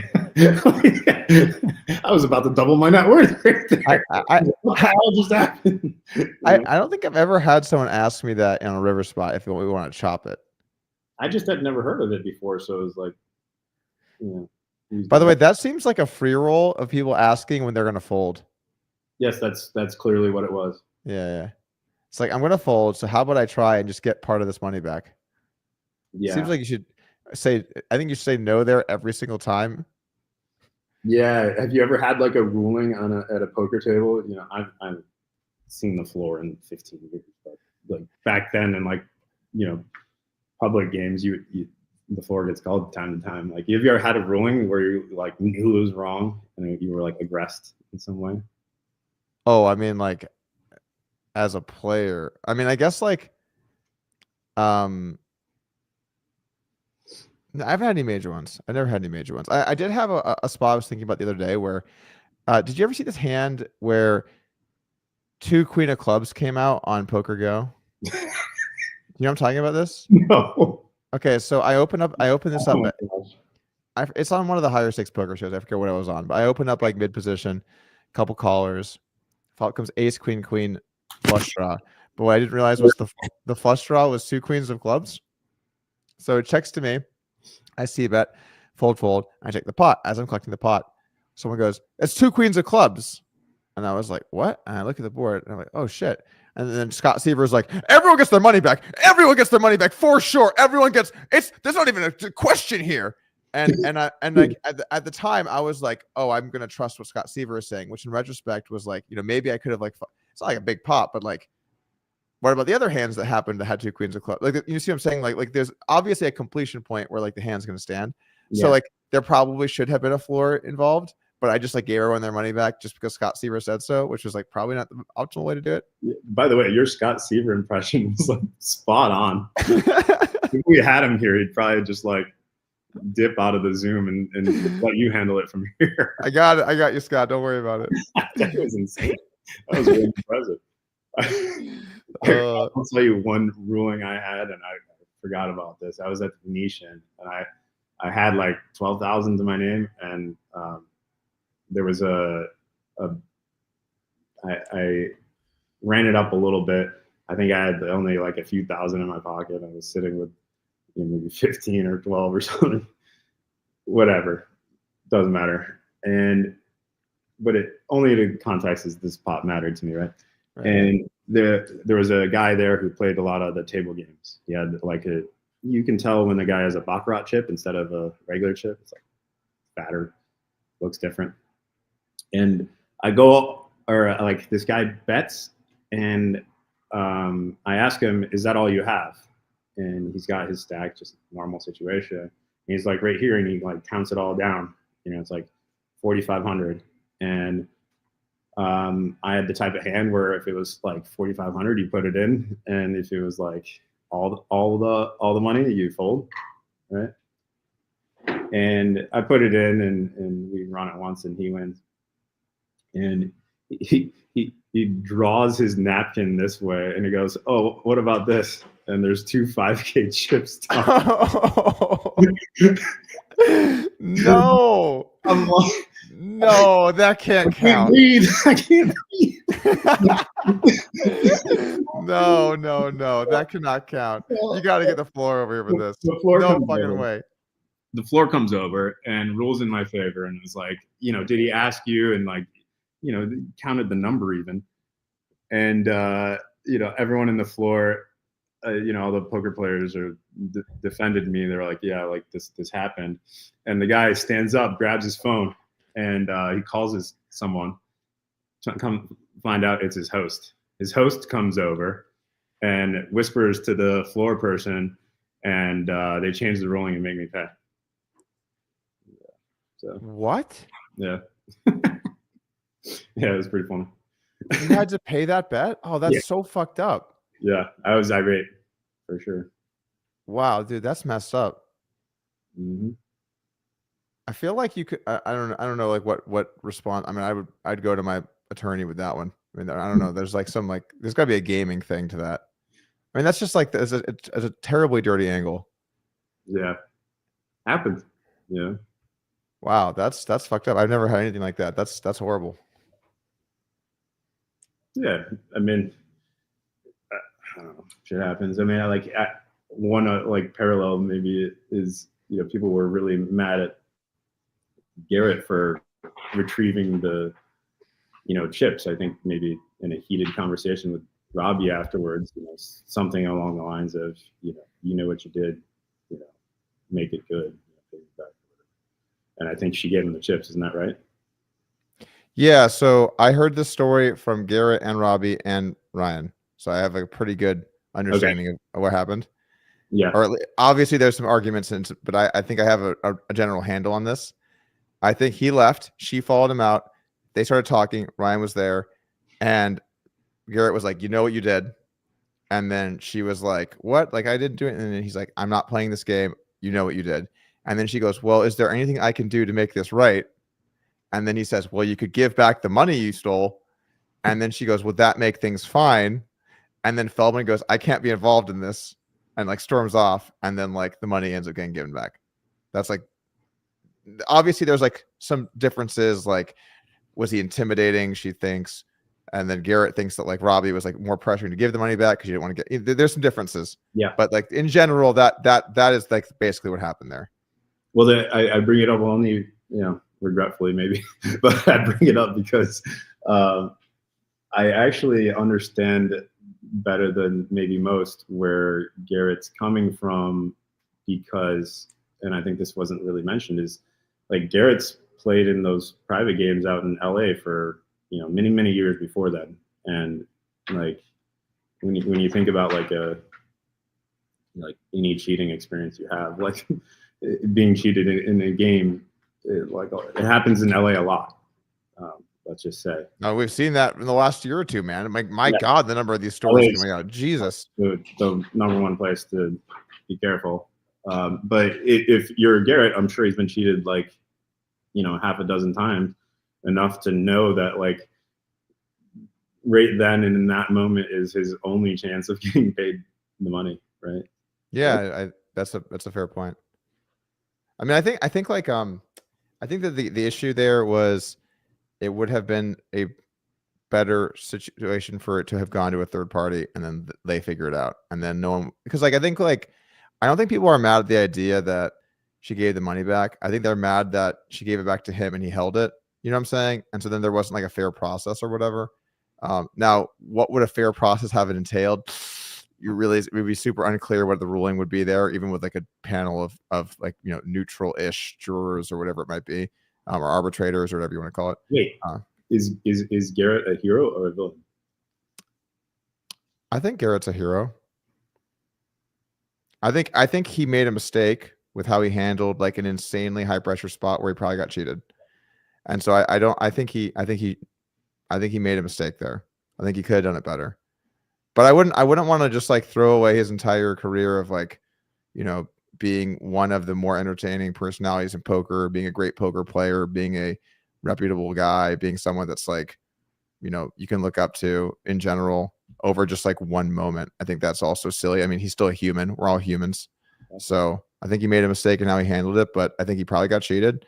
And I still think he's like a great person for poker. But I've known Garrett for a long time, so I'm a little biased on this subject. You know, admittedly, we all have our like. You guys are fun. I mean, we're like more than Negreanu, but like not close. Does that make sense? Isn't it funny how people like categorize people like, you know, some people just say loosely, "Oh, this is my friend," you know, or "This is my best friend," and it's like their 50th best friend. But you have like these tangential like allocations along this like friendship line that well, so let me put this, Alan, like with both those guys. I've talked to both those guys a bunch. Garrett probably more than Negreanu, and like I've known them for many years, but like we don't go get food. Like we're not like, when I get to Vegas we don't all go hang out, you know what I'm saying? It's not like it's not like it's not like I'm hanging out with these guys. So to say like, oh yeah, we're good friends, what was the last thing you did together? Oh, we haven't. Like, I mean, that's like, it's like very, you know what I'm saying? Like, to say friends is like. Well, I met him once, like 15 years ago, in a game in LA, and we did get cheated. So I played with him once, like 15 years ago, and that's it. But to your point, like it's still a person, and when the whole thing kind of went down, I did feel bad for him a lot, like reading the comment section and, you know, people piling on him. I called him probably like, I don't know, 3-4 times just to like I think I had to get his number from someone else. I didn't have it, but just to be like, hey, you know, don't worry about it. This is gonna blow over. You know, everything will be fine. But, yeah, I mean, like I talked with him a few times to that too, and yeah, I would say I view Garrett overall as like I guess a friend.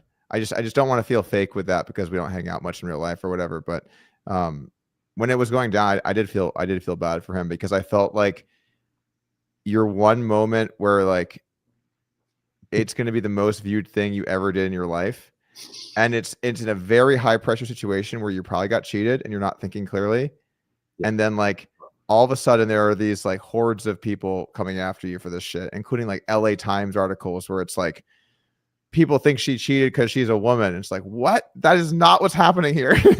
There is nothing to do with sexism. There were a couple articles that were insinuating that it was because of sexism. People were skeptical of the hand.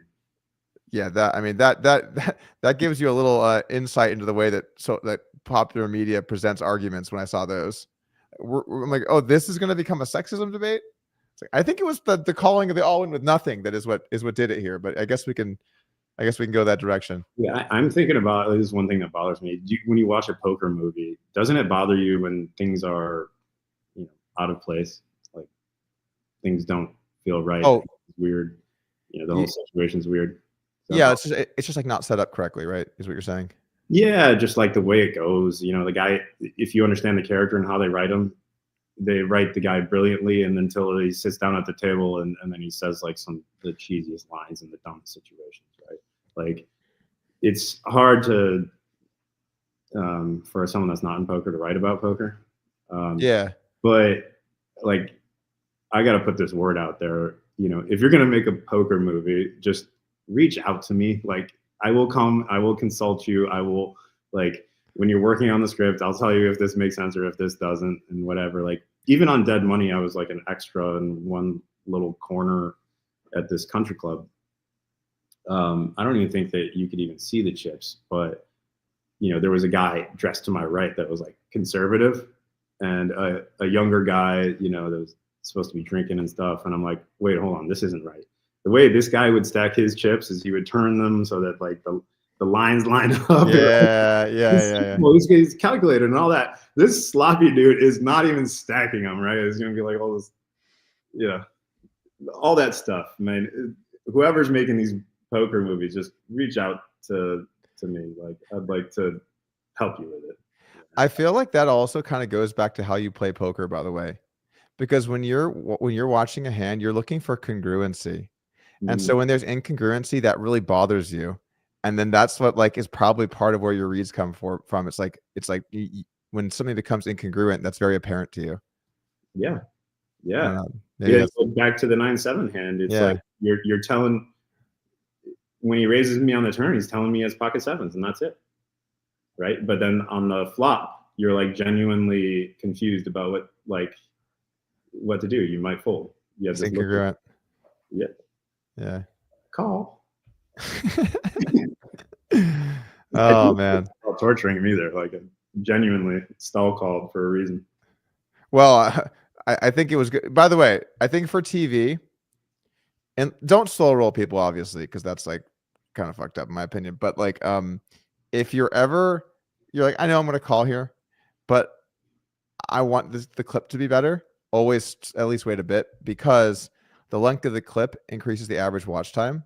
So like, this is something I learned on YouTube, which is the worst thing you can do is to filter out the tanking, because people will always sit through tanking. Sorry, guys. People will always sit through tanking. So what you do is you always leave the tanking in. And what people will do is they will aggressively bitch in the comments about it, but then they will stay. So your incentives are actually like really messed up, where like in that scenario, if you're going to call, just take some time. You got nowhere to go, you got nowhere to be, and then your clip actually will become more popular. You've convinced me. Some food for thought. You think I've had that thought before? You think what? Sorry? Do you think I've had that thought before? Oh, you had. Oh, I see. You did that anyway. Oh, I see. Oh, Alan's sometimes the best hands happen too fast for people to appreciate. Yes. Okay. So you were already on that level. I see. Well played, sir. Well played. All right, we're coming up on 3 hours here. I think this is a good amount of time. I really appreciate you taking the time to hop on the podcast, and this was I thought we had an awesome conversation today. There's going to be some really excellent clips I'm sure we'll put out here in the near future. But is there anything that like you got coming up? Anything that maybe you want to let the viewers know here before we call it a day? No. Well, there's a Poker Go episode coming out in like 3 hours. Okay. Nice. So that's kind of cool. So you can support them. But if you're interested, it would be cool if you subscribe to my channel. I know you are, but the viewers as well, so that we can get this whole storytelling thing going. Yeah, I mean, I'm sure that this is something people are going to want to see. Like if you have, I mean, from just what you've talked about today and what you have out there, I'm sure your channel is going to be one of the best in poker. So I'm really excited to see what you put out, man. Thank you. Cool. All right. It's going to be a wrap here. Thank you guys for tuning in. I guess I'm going to play some online poker here in a second, so you can tune back in the channel shortly. I'm going to take a little break, get some water, and we'll be back with some Club WPT Gold, and I will hopefully not lose my money. Alan, thank you for stopping by, man. I'll see you around. See ya. Later. All right, peace, guys.